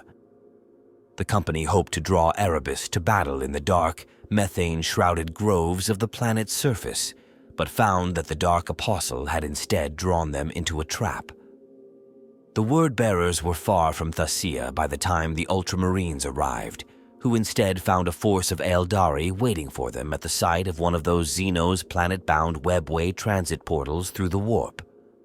Upon making planetfall, Captain Echion, the leader of the Honor Company, ordered his force to make ready for battle, but not to launch an assault upon the Xenos immediately. He had been advised by the Cadian High Command that the Aeldari had on occasion aided Imperial forces, and though he knew well the duplicity of these Xenos, he nonetheless afforded them the opportunity to retire without the need for bloodshed. Unfortunately, the malicious Xenos were of a mind for war and launched an unprovoked attack upon Echion's forces. The battle that ensued was a prolonged and vicious one, with running combats being fought through the dark, vitrified forests. Death would come by stealth for both sides, and both sustained terrible levels of casualties. In time, Echion ordered his diminished force to regroup at its drop zone for one last assault upon the duplicitous foe, but in doing so, found the enemy's positions abandoned. Upon coming to the Aeldari portal, Echion's librarian, Lesrus of the Sons of Guilliman, advised him that the Xenos had fled through their webway and were working to seal the portal from afar. Echion washed his hands of the Aeldari, determined never to give them the benefit of the doubt again, due to the loss of so many of his brethren for such little gain. So it transpired that Erebus had not only skillfully maneuvered two of his foes into wasting precious time in futile combat against each other, but he had made use of the distraction to launch an attack elsewhere upon the primary world of the Malin's Reach system. The world of Malin's Reach was subjected to hell over a period of 3 solar days and 3 nights. Warp storms flared into being around the planet, shrouding its 3 moons behind a sickly violet haze, quickly followed by waking nightmares which racked the population. Many took their own lives, so terrible were their visions of insanity made real, and many more roamed the streets enacting wanton acts of carnage and madness upon each other. On the 3rd night, the Word-Bearer's landing craft streaked from the tortured sky, securing a drop zone scant kilometers from the Ministorum district of the world's capital of Ruskin City. The defenders of Malin's Reach could only offer scant resistance to the Traitor Marine's assault, as they were debilitated by the ordeal of many solar hours of psychic torture. The Word-Bearers fell on Ruskin Cathedral, committing such blasphemies that by imperial edict, all loyal servants of the Emperor were forbidden to recount them, save for high-ranked individuals. Through some unknown means, the Word-Bearers were able to summon forth the creatures of the warp into the ruined cathedral before returning to their dropcraft and departing. The Imperial forces on Malin's Reach were sorely pressed for many solar days containing the demonic incursion, and the creatures unleashed there were only banished when Captain Ikion's forces arrived in orbit and obliterated the entire site with an orbital bombardment. It was, the commander of the Ultramarines Honor Company recounted, the only way to be sure. Though a great many of the Imperium's forces present on the world were lost in the barrage, along with the greater part of the capital city, it was considered a merciful end for them. Such a slaughter was the terrible price of protecting the Emperor's domains from the remorseless demonic servants of the ruinous powers. The Aeldari Webway, the secret labyrinthine realm of the Aeldari race, through which the length of the galaxy can be traversed in but a single step, was penetrated during the 13th Black Crusade by intruders bent on nothing less than the theft of its most dreadful secrets. Ahriman, amongst the greatest of Chaos sorcerers and the former chief librarian of the Thousand Sons Traitor Legion, had somehow gained access to the Webway. For millennia, this practitioner of the darkest of arts had sought this prize, and he intended to fathom the route through the Webway to the Black Library, the hidden craft world that was the repository of all the knowledge gained by the Aeldari race over millions of Terran years on the subject of chaos. The Black Library was a dark craft world that eternally traveled through the infinite corridors of the Webway.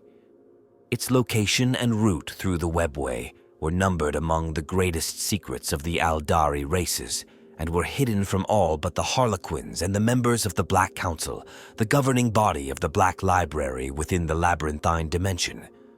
Like all craft worlds, the vessel was both sentient and psychoactive, hiding itself from all psychic probes, while simultaneously repelling warp entities and other physical intrusions. The Black Library is an enormous construct with a scorched crystalline appearance, covered in veins and flourishes, but with the typical flowing grace of Aeldari architecture. The interior is an intentional maze comprised of all manner of convoluted passages, corridors, and chambers. Bubble vaults full of stasis caskets containing forbidden lore and dangerous artifacts hang from the superstructure, whilst inside and above are myriad citadels, obelisks, monoliths, and spires where the rest of the craft world's arcane contents are kept. Such was the desperation of the situation that these guardians took an active role in the defense of their realm, for the Webway itself twisted and split like a live thing wherever Ahriman and his followers tread. Rumors of warp beasts, the size of battleships bolstering Ahriman's forces, had implications too terrifying to contemplate. In response to Ahriman's intrusion, the Aeldari launched a massive counterattack, the force of which belied their woefully low numbers. The activities of the Ulthway strike forces increased beyond measure, and a desperate running battle was fought across the Webway and upon the surfaces of those worlds that harbored entrances to it. As a consequence, worlds within the Eye of Terror itself were fought over, as previously sealed entrances to the Webway were unsealed in the battle for dominance. Eidolon and Belial IV were two such worlds, crone worlds long ago lost to the Aeldari race at the fall of their empire 10 millennia past, and now vital to the survival of their race. It was rumored that one of the immortal Phoenix Lords, none other than Maugan Ra, the Harvester of Souls, lead the Aeldari forces across the crone worlds of the Belial system, and that ancient Aeldari artifacts were unearthed by the forces of the archenemy. With the number of attacks by Aeldari raiders increasing alarmingly, the Adeptus Astartes' command council deployed a number of Astartes forces tasked with the specific objective of challenging them.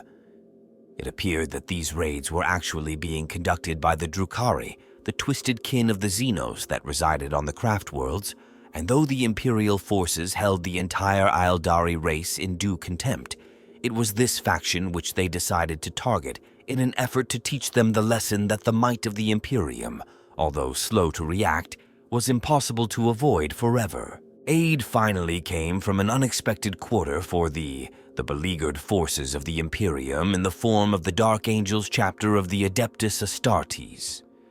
The Dark Angels, who had so pursued their own mysterious ends throughout the conflict, had finally extended their full cooperation in the effort. acting upon intelligence passed to the Cadian High Command by the Ordo Xenos and relayed to the Dark Angels by Supreme Grand Master Azrael, 4 entire companies of the chapter and 3 of a number of its successor chapters, collectively known as Task Force Shadow Guard, staged upon the outlying Cadian sector mining world of Ex Lucan VII. There, the Astartes task force lay in wait within the hollow mountains of the Chiron Range, every vehicle powered down in order to ambush a sizable Drukhari raiding force. Appearing out of nowhere through the Webway portals, the Drukhari made extensive use of. The sadistic Xenos wasted no time in launching their attack against the mining settlements of the Chiron Range. Task Force Shadow Guard revealed themselves and took the first raider force completely by surprise.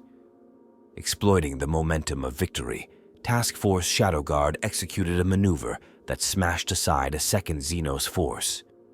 Unable to coordinate their assault in order to create a breakthrough in the Astartes lines, the Drukhari raiders were annihilated in a devastating massacre. The result was an outstanding victory for the forces of the Imperium that taught the deviant Xenos a lesson that they would not soon forget. The Imperial campaign against the Dark Eldar, though nothing more than a distraction from the maelstrom of the Despoilers' invasion, soon posted another victory. Another force of Drukhari raiders had been defeated, on this occasion by the Relictors Space Marine chapter, upon the world of Xersia. The Relictors had not formally acknowledged the command authority of Logan Grimnar's Adeptus Astartes Command Council and appeared to have launched this attack upon their own initiative, not as a response to Command Council directives. It was believed by the Cadian High Command that the Drukhari's raid simply attracted the chapter's attentions, and the raiders paid for their crimes in blood. Xersia was a well-garrisoned star system, and many of the Imperial forces present there witnessed the Relictors' assault. It was said that the chapter slaughtered 3 entire cabals, purging the system and hunting down every last Xenos before slaying them without mercy. The chapter's officers were said to bear arms of terrifying potency, swords able to spew cleansing flame, and axes that sucked the essence of the Emperor's foes from their bodies, leaving nothing behind but a dried husk. The chapter marched under arcane banners and icons of tangible power, the followers of their enemies scattering before them. The Relictors delivered the Emperor's wrath wherever they passed.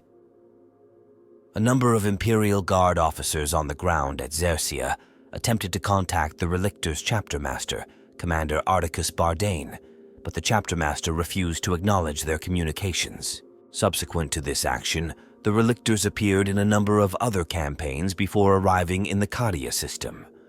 The chapter was known to have participated in an attack against a warband of the Word-Bearers Traitor Legion on the world of Subiaco Diablo, during which an inquisitorial task force disappeared under suspicious circumstances.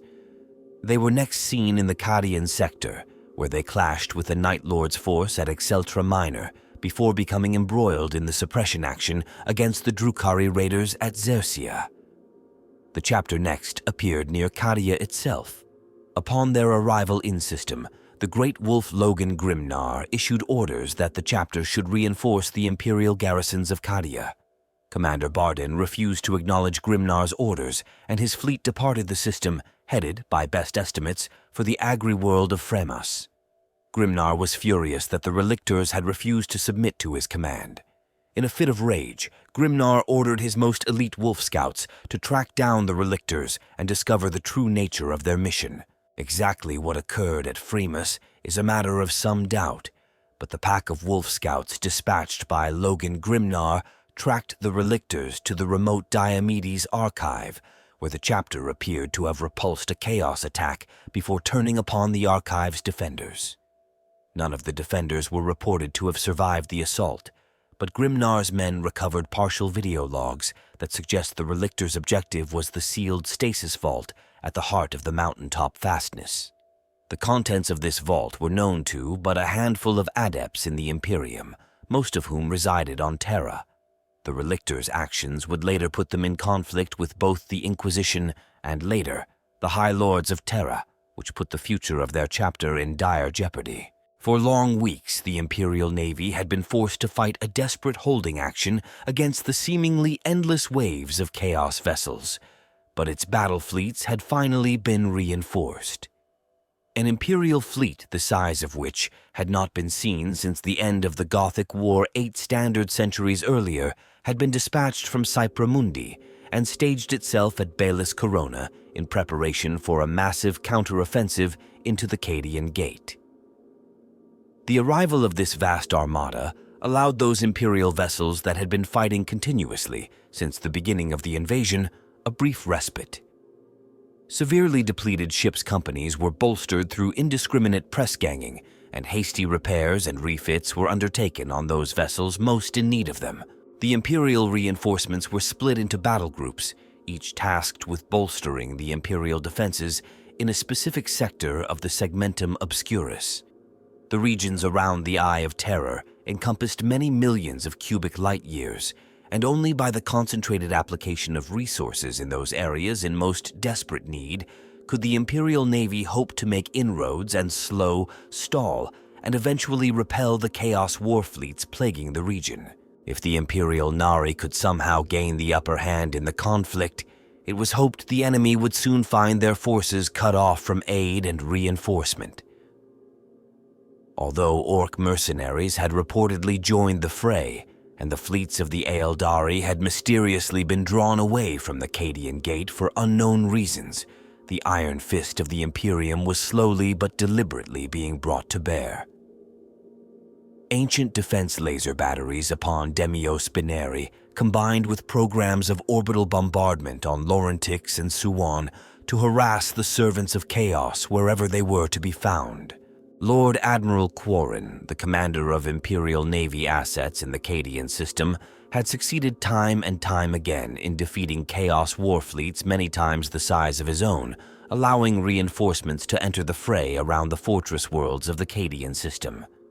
At the same time, a massive influx of reinforcements in the Skylus system of the Cadian sector had penetrated the Chaos blockade of ships and minefields, and in the Bailey Corona system of the Balis Corona sector, the entirety of Battlefleet Gothic had stormed into the fray. Infernal mines sown across the battlefront accounted for the destruction of only a few vessels in the fleet, and now Battlefleet Gothic had the opportunity to avenge the losses it had suffered in the Gothic War at the hands of Abaddon the Despoiler's own war fleet. If the relentless momentum of the invasion could be slowed for just a short time, then the defenders on the ground would have a real chance of victory. The Imperial Navy had gambled all on this sector-wide retaliation, and should it fail, then Battlefleet Obscurus would be so weakened that only the redeployment of fleets across the whole Imperium would hold any hope of holding back the Despoiler's invasion. Lord Castellan Ursarkar E. Creed soon ordered the redeployment of Imperial troops defending the feral world of Skylus to bolster the defenses there. Skylus was firmly under Imperial control following the defensive efforts of Lord Marshal Attica of the Imperial Guard and a number of Astartes forces. The problem had been the blockade which the archenemy's war fleets had placed around Skylus itself in order to prevent Imperial forces from redeploying. To expedite the breakout, there was a planned push upon the enemy forces located near the mining world of Vermaard. The Cadian Sector High Command hoped that vessels of the chaotic blockade fleet would be drawn off to oppose it. Simultaneously, a battle group upon the surface of Vermaard would launch a sudden frontal assault upon enemy positions, with the intention that the chaotic blockade fleet would be forced to ferry ground troops from Skylus to Vermaard, thus complicating their departure. This ruse ultimately proved successful, too successful, and it reminded Imperial commanders that the reactions of the servants of the ruinous powers could never be fully anticipated. The Vermaard Assault was a complete success in that it caught the enemy unawares. It appeared that the hordes of Chaos cultists forming the Chaos presence upon Vermaard were engaged in some form of mass ritual, the culmination of which was disrupted by the Imperial forces' attack. The cultists were caught unprepared to defend their positions and were cut down with negligible losses to the Imperium's own forces. As anticipated, the enemy began to move troops upon the surface of Skylus up to orbit, and their war fleets waited for the troops' transfer to be completed before setting off to relieve Vermaard. At this point, Lord Marshal Attica made his breakout from Celis, leading 40% of his force to their own transport ships and running the gauntlet of the remainder of the chaotic blockade fleet. Though a number of his troop transport ships did not make it through the enemy lines, a great many did, enough, in fact, to render that portion of the operation a success. Indeed, the Imperial Navy could not possibly have hoped that such a great number of Chaos vessels would be pulled out of the line, for had more remained, Attica's breakout would have been far less of a success than it proved. However, 3 solar days later, the arch-enemy's reinforcements reached Vermaard. So great were the number of chaotic troops ferried there that the Imperial forces stood next to no chance against them. History may never fully recount the sacrifices made at Vermaard so that Attica's force could reach Cadia. It appeared the Imperial forces had stirred up a veritable hornet's nest by interrupting the mass ritual there, but Imperial commanders could not help but wonder what evil might have transpired had they not acted. The activities of the craft world Aeldari, the Asuryani, against the forces of chaos had ceased unexpectedly at this point in the conflict. For many solar weeks, the starships of the Aeldari had been active across the Cadian sector, in most instances striking against the assets of the archenemy, though on occasion they had also attacked Imperial forces for no discernible reason. Now, it was as if they had simply disappeared. Entire staffs of Imperial savants, seers, and strategos had been assigned the task of tracing the activities and objectives of the Aeldari, and were in constant communication with the Ordo Xenos in this regard. Long-range scouts had caught brief glimpses of movement, but as the Cadian High Command had already learned, when the Aeldari wished to remain hidden, there was little even their most skilled crews could do to find them.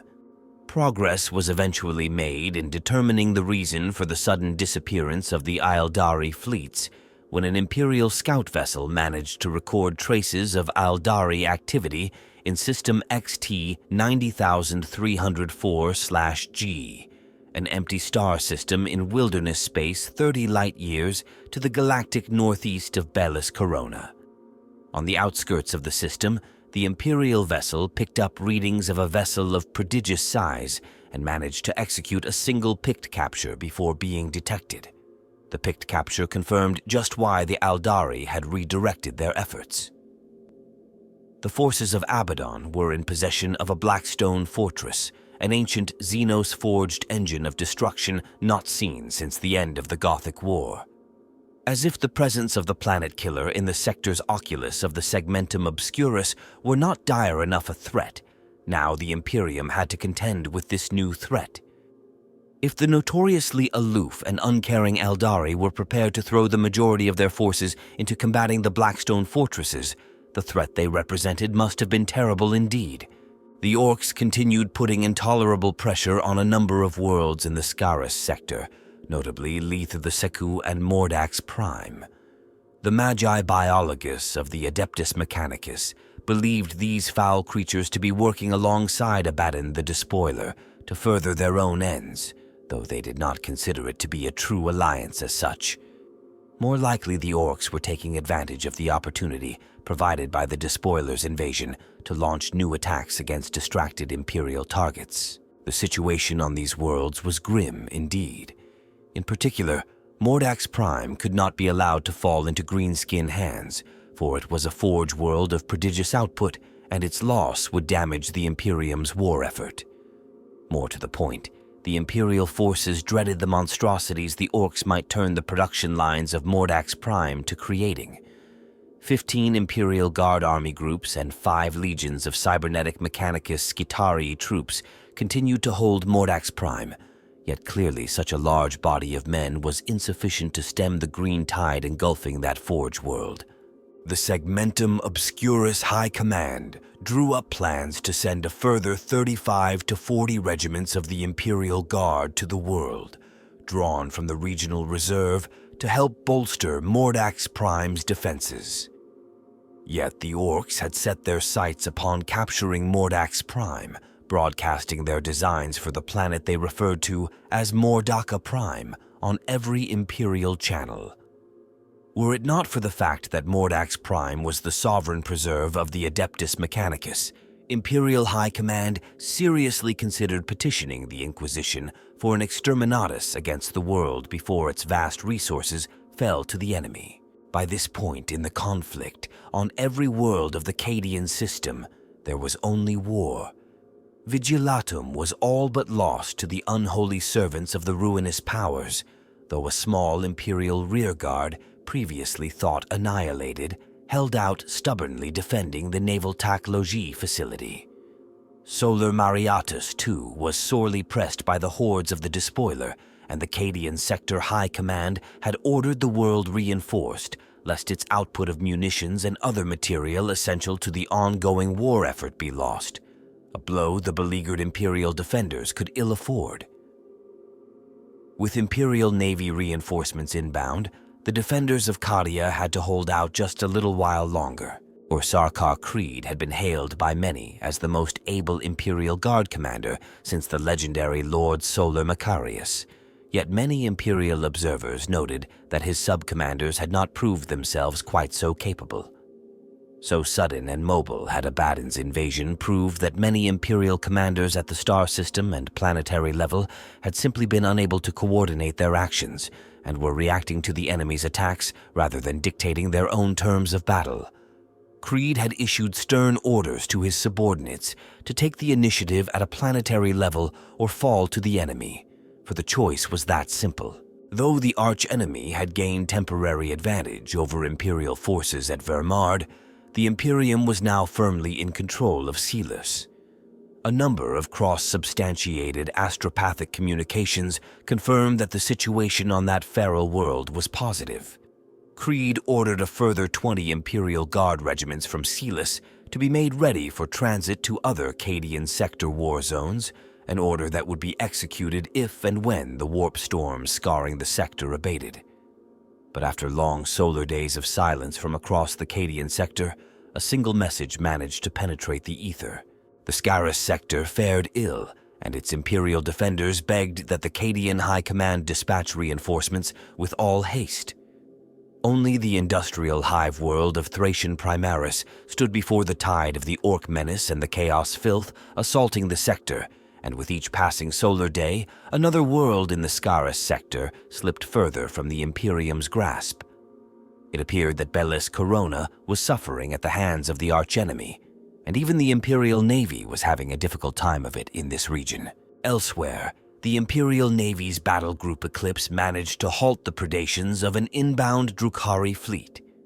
Despite being severely outmatched, the Imperial Navy's vessels managed to cause catastrophic damage on the weakling ships of the Dark Eldar, many brave crewmen giving their lives in the process.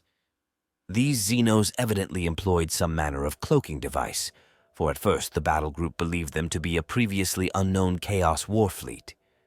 That they were able to defeat this attack was cause for great celebration, but the Imperial Navy knew it had to increase its vigilance tenfold against further such incursions. Abaddon soon unleashed a new and calamitous phase in his invasion. One of his allies, the infamous iconoclast and blasphemer Erebus, the dark apostle of the Word-Bearer's traitor legion, had unleashed the foulest of forbidden sorceries upon the loyal subjects of the God Emperor of mankind. Upon the world of Ibrium, a shrine world of the Ecclesiarchy, the Dark Apostle had ordered the building of immense cathedrals dedicated to the dark powers of the warp. That these monstrosities existed upon such a formerly sacred world was a profanity beyond words, but according to Imperial intelligence reports, they were constructed at the expense of 1 million souls, souls promised to the Emperor. Upon the completion of these dark monuments, Erebus ordered the ritual execution of every last innocent who still drew breath on the planet at the completion of their labors. The Dark Apostle's sins did not end at genocide. The rites by which the peoples of Ibrium were sacrificed drew forth the full fury of the Empyrean, unleashing its anger upon the domains of mankind. Seething warp storms that threatened to cut the Cadian system off entirely from the outside racked Imperial space lanes, and the Eye of Terror throbbed with malevolent purpose. The raw stuff of the warp had been unleashed, pouring through the rents in the thin skein of reality created by the Wordbearer's incantations, and calling up vast warp storms across the region. Many outlying worlds of the segmentum, such as Celis and Caliban, were now engulfed in raging tempests, some simply cut off from aid, others reduced to shifting realms of madness as the denizens of the Empyrean ran riot across entire worlds. Ibrium was amongst the worst affected worlds, where once proud ecclesiarchy cathedrals had stood. Now blasphemous monuments to the powers of the warp proclaimed the dominion of chaos. Across the Cadian sector, where kilometer-high hive cities had once pieced the clouds, now gargantuan charnel houses dominated worlds forever lost to mankind. Soon astropathic communications from vessels caught in the flaring of the Eye of Terror, and at least 3 warp storms in the immediate region lead the Cadian High Command to conclude that Erebus intended to isolate the Imperial forces by making warp travel all but impossible. To a certain degree, Erebus had succeeded, though the Imperial forces were still able to remain in contact with the majority of their commands by way of astropathic relay. The warp storms continued to grow more intense with each passing solar day, and the Cadian Sector High Command's command and control capability was stretched to the limit. Contact was lost with entire worlds, armies, and fleets, and unfortunately, the High Command was forced to rely upon increasingly compromised astropathic communications for each scrap of information that could be garnered about the overall situation. The forces of chaos continued to hit Imperial forces hard across the entire region surrounding the Eye of Terror. The fortress world of Kasr Holn, one of the outer planets of the Cadia system, had borne the brunt of the chaotic ground assault on Cadia over a number of solar days, with wave after wave of frenzied mutants assaulting the walls of the fortress world's capital city. 15 regiments of Cadian shock troops manned the defenses there, and an entire legion of the Adeptus Titanicus was deployed. Were it only the seemingly endless hordes of ill-disciplined mutants attacking Kasr Holn's capital, the Imperial defenders might have been able to contain them there, but the assaults were led by none other than the traitor Astartes of the Black Legion. The Black Legionaries were content to allow the thousands of mutants to crash against the Kasr Holn capital's defenses in order to wear down and deplete their material stores through sheer attrition. Each wave had been repulsed, but only at the cost of many brave defenders and with little or no effect on the archenemy force's numbers. Just when the attackers were sent once more into an undisciplined rout, the Black Legionaries launched their own attack. These attacks cost the Imperial defenders dear, though fortunately they were unable to pierce the defenders' lines. Yet with each successive wave, they were only able to kill a handful of the enemy, while the casualties the defenders sustained were intolerably high.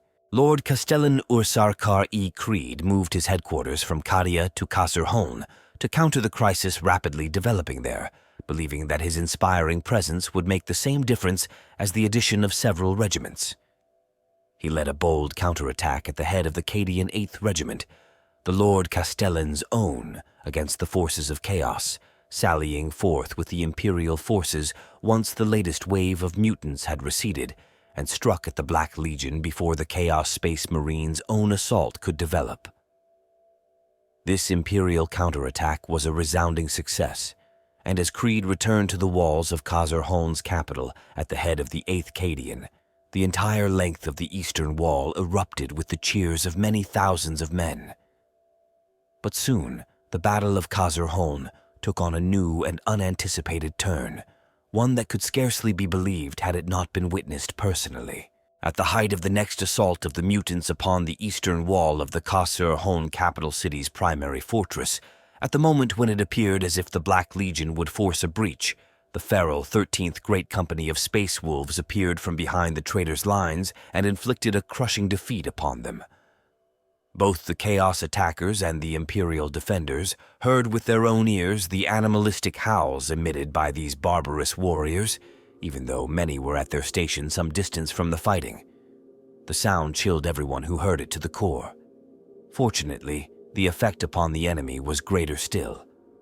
The vile mutants fled first, turning their backs and fleeing in an instant. Their Black Legion masters attempted to forestall the rout, firing upon the mutants in an effort to render them more terrified of their own master's retribution than they were of the 13th Company. But their efforts were wasted, and many Black Legionaries were trampled as the mutants stampeded from the walls.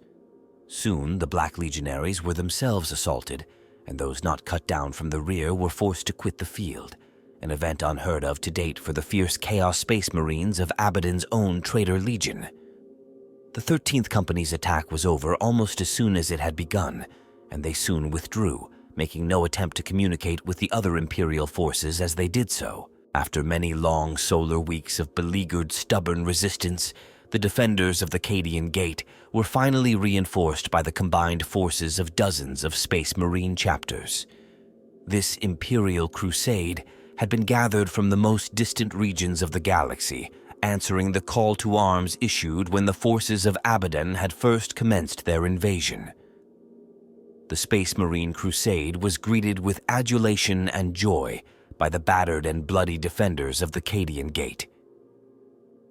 Those Space Marines who had fought at the gate since the beginning of the conflict were now joined by their brethren, and all stood ready to take the fight to the arch-enemy with the courage and conviction that only the Space Marines could display. The simmering rivalries between the Space Wolves and the Dark Angels stationed in the Sentinel worlds were eclipsed by the alleged fallen angel sighting near the ruins of Caliban, and the rumors of an artifact of the Primarch Leman Russ that was held on the world of Nemesis Tessera. The Blood Angels, after their arrival at Kasr Partox on Cadia, prepared for the assault of the largest horde of World Eaters seen in living memory. Typhus, the Herald of Nurgle, took a personal hand in the battle for the world of Macaria, teleporting in and slaughtering platoon after platoon of Cadian guardsmen before returning to his flagship. His gift of fear infected the Cadians' ranks even quicker than the plagues he spread by his mere presence. Having re-established contact with the other chapter masters fighting in the region, Logan Grimnar, the commander of the Adeptus Astartes Command Council for the campaign, dictated that all Astartes' efforts should be focused on the defense of the Cadian, Belus Corona, and Agripinaa sectors of the segmentum. Now that contact had been made with those chapters newly arrived in the segmentum, a coordinated attack could be launched that was set to sweep away the invaders in one fell swoop. Many within the Cadian High Command prayed that two of the greatest Astartes chapters to serve the Imperium, the Dark Angels, and the Space Wolves would set aside their internecine disagreements for long enough for their efforts to bear fruit. With so many Space Marines now bolstering the Imperial defense, the forces of the Traitor Legions had not been idle. The Chaos Rearguard joined the fray, engaging the Space Marines in every theater of the war. Those traitors who had turned upon their master and their kin 10 millennia past were consumed with hatred for their erstwhile battle brothers and threw themselves at the new arrivals with wanton bloodlust.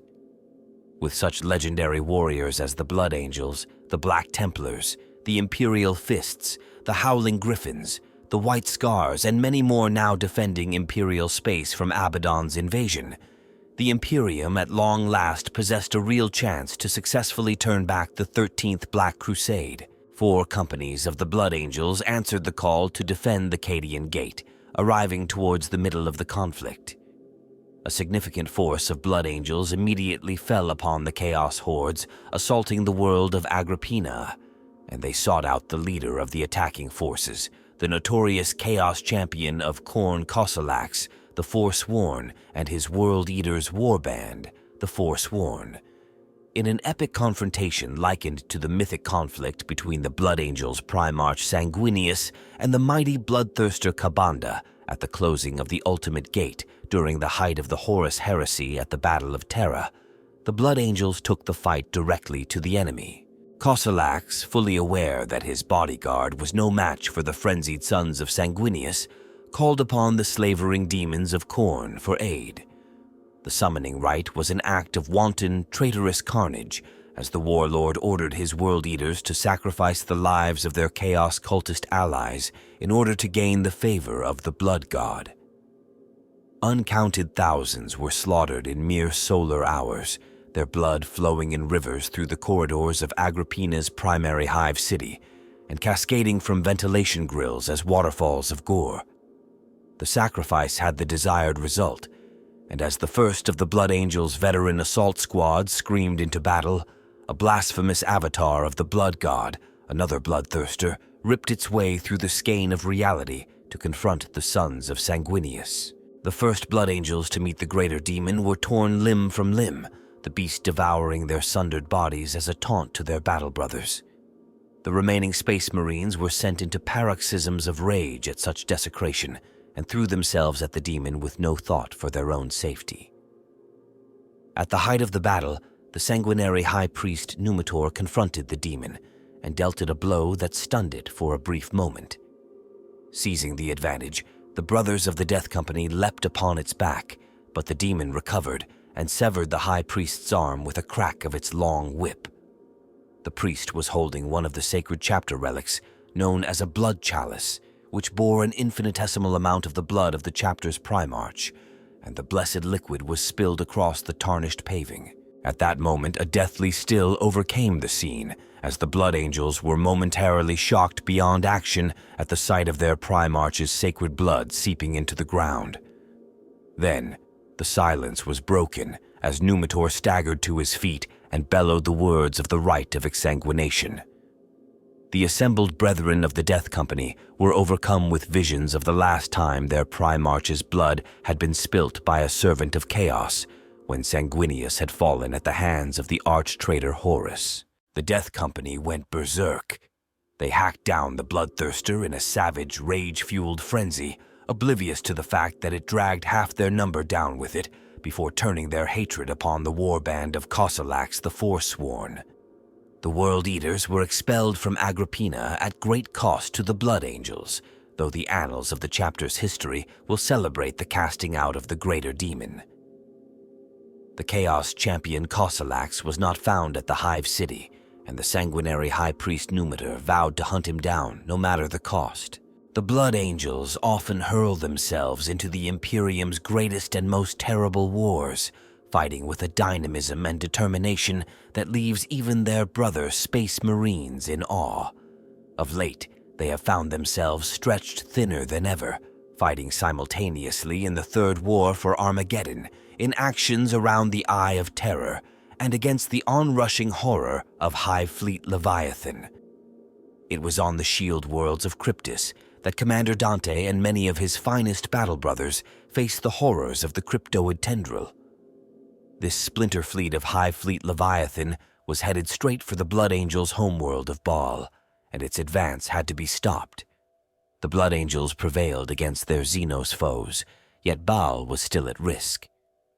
Dante's forces made all speed through the warp to return and bolster the defenses of the Blood Angels' chapter planet, but they were still many solar weeks distant when word reached them from High Chaplain Asterath the Grim.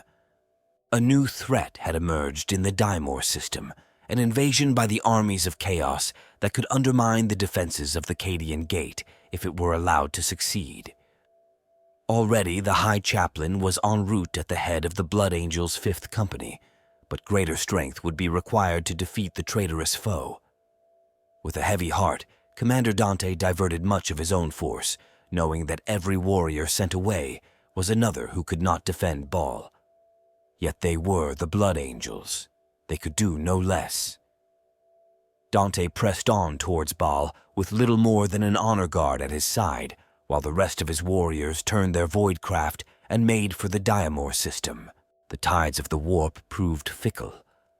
The warships of the Blood Angels' 1st and 2nd Companies made up considerable time on Asterath and his 5th Company warriors, and translated into the Diamor system within only solar minutes of their brothers. It was almost as though some other agency wished to see them burst simultaneously into real space. The momentary delay proved crucial, for it was all that stood between 1st Captain Carlane's forces and sudden damnation. As the 1st Captain established contact with the 5th Company's vessels, Death Company Chaplain Daenor informed him of their plight. As the Blood Angels' vessels translated in system, they were suddenly enveloped by a severe psychic attack. It was warp sorcery of some kind that engulfed the Blood Angel's void ships like a storm, but worse were its effects upon the minds of all on board. The storm inflicted visions of the sort every Blood Angel had hoped never to see. The malefic sorcery struck at the chapter's genetic curse. It unleashed the Black Rage. Though exact numbers remained uncertain, it appeared that almost the entirety of the Fifth Company had been affected. There was a moment's pause as Carlin digested this terrible news. The Black Rage. All Blood Angels dreaded its touch, but to have it forced upon them by some artifice of the foe ... it was a violation of the highest order. Lord Astorath and Death Company. Chaplain Dinor, the other chaplains on board and their librarians, all those with psyker training or psychic defenses had survived. The rest had fallen to the curse.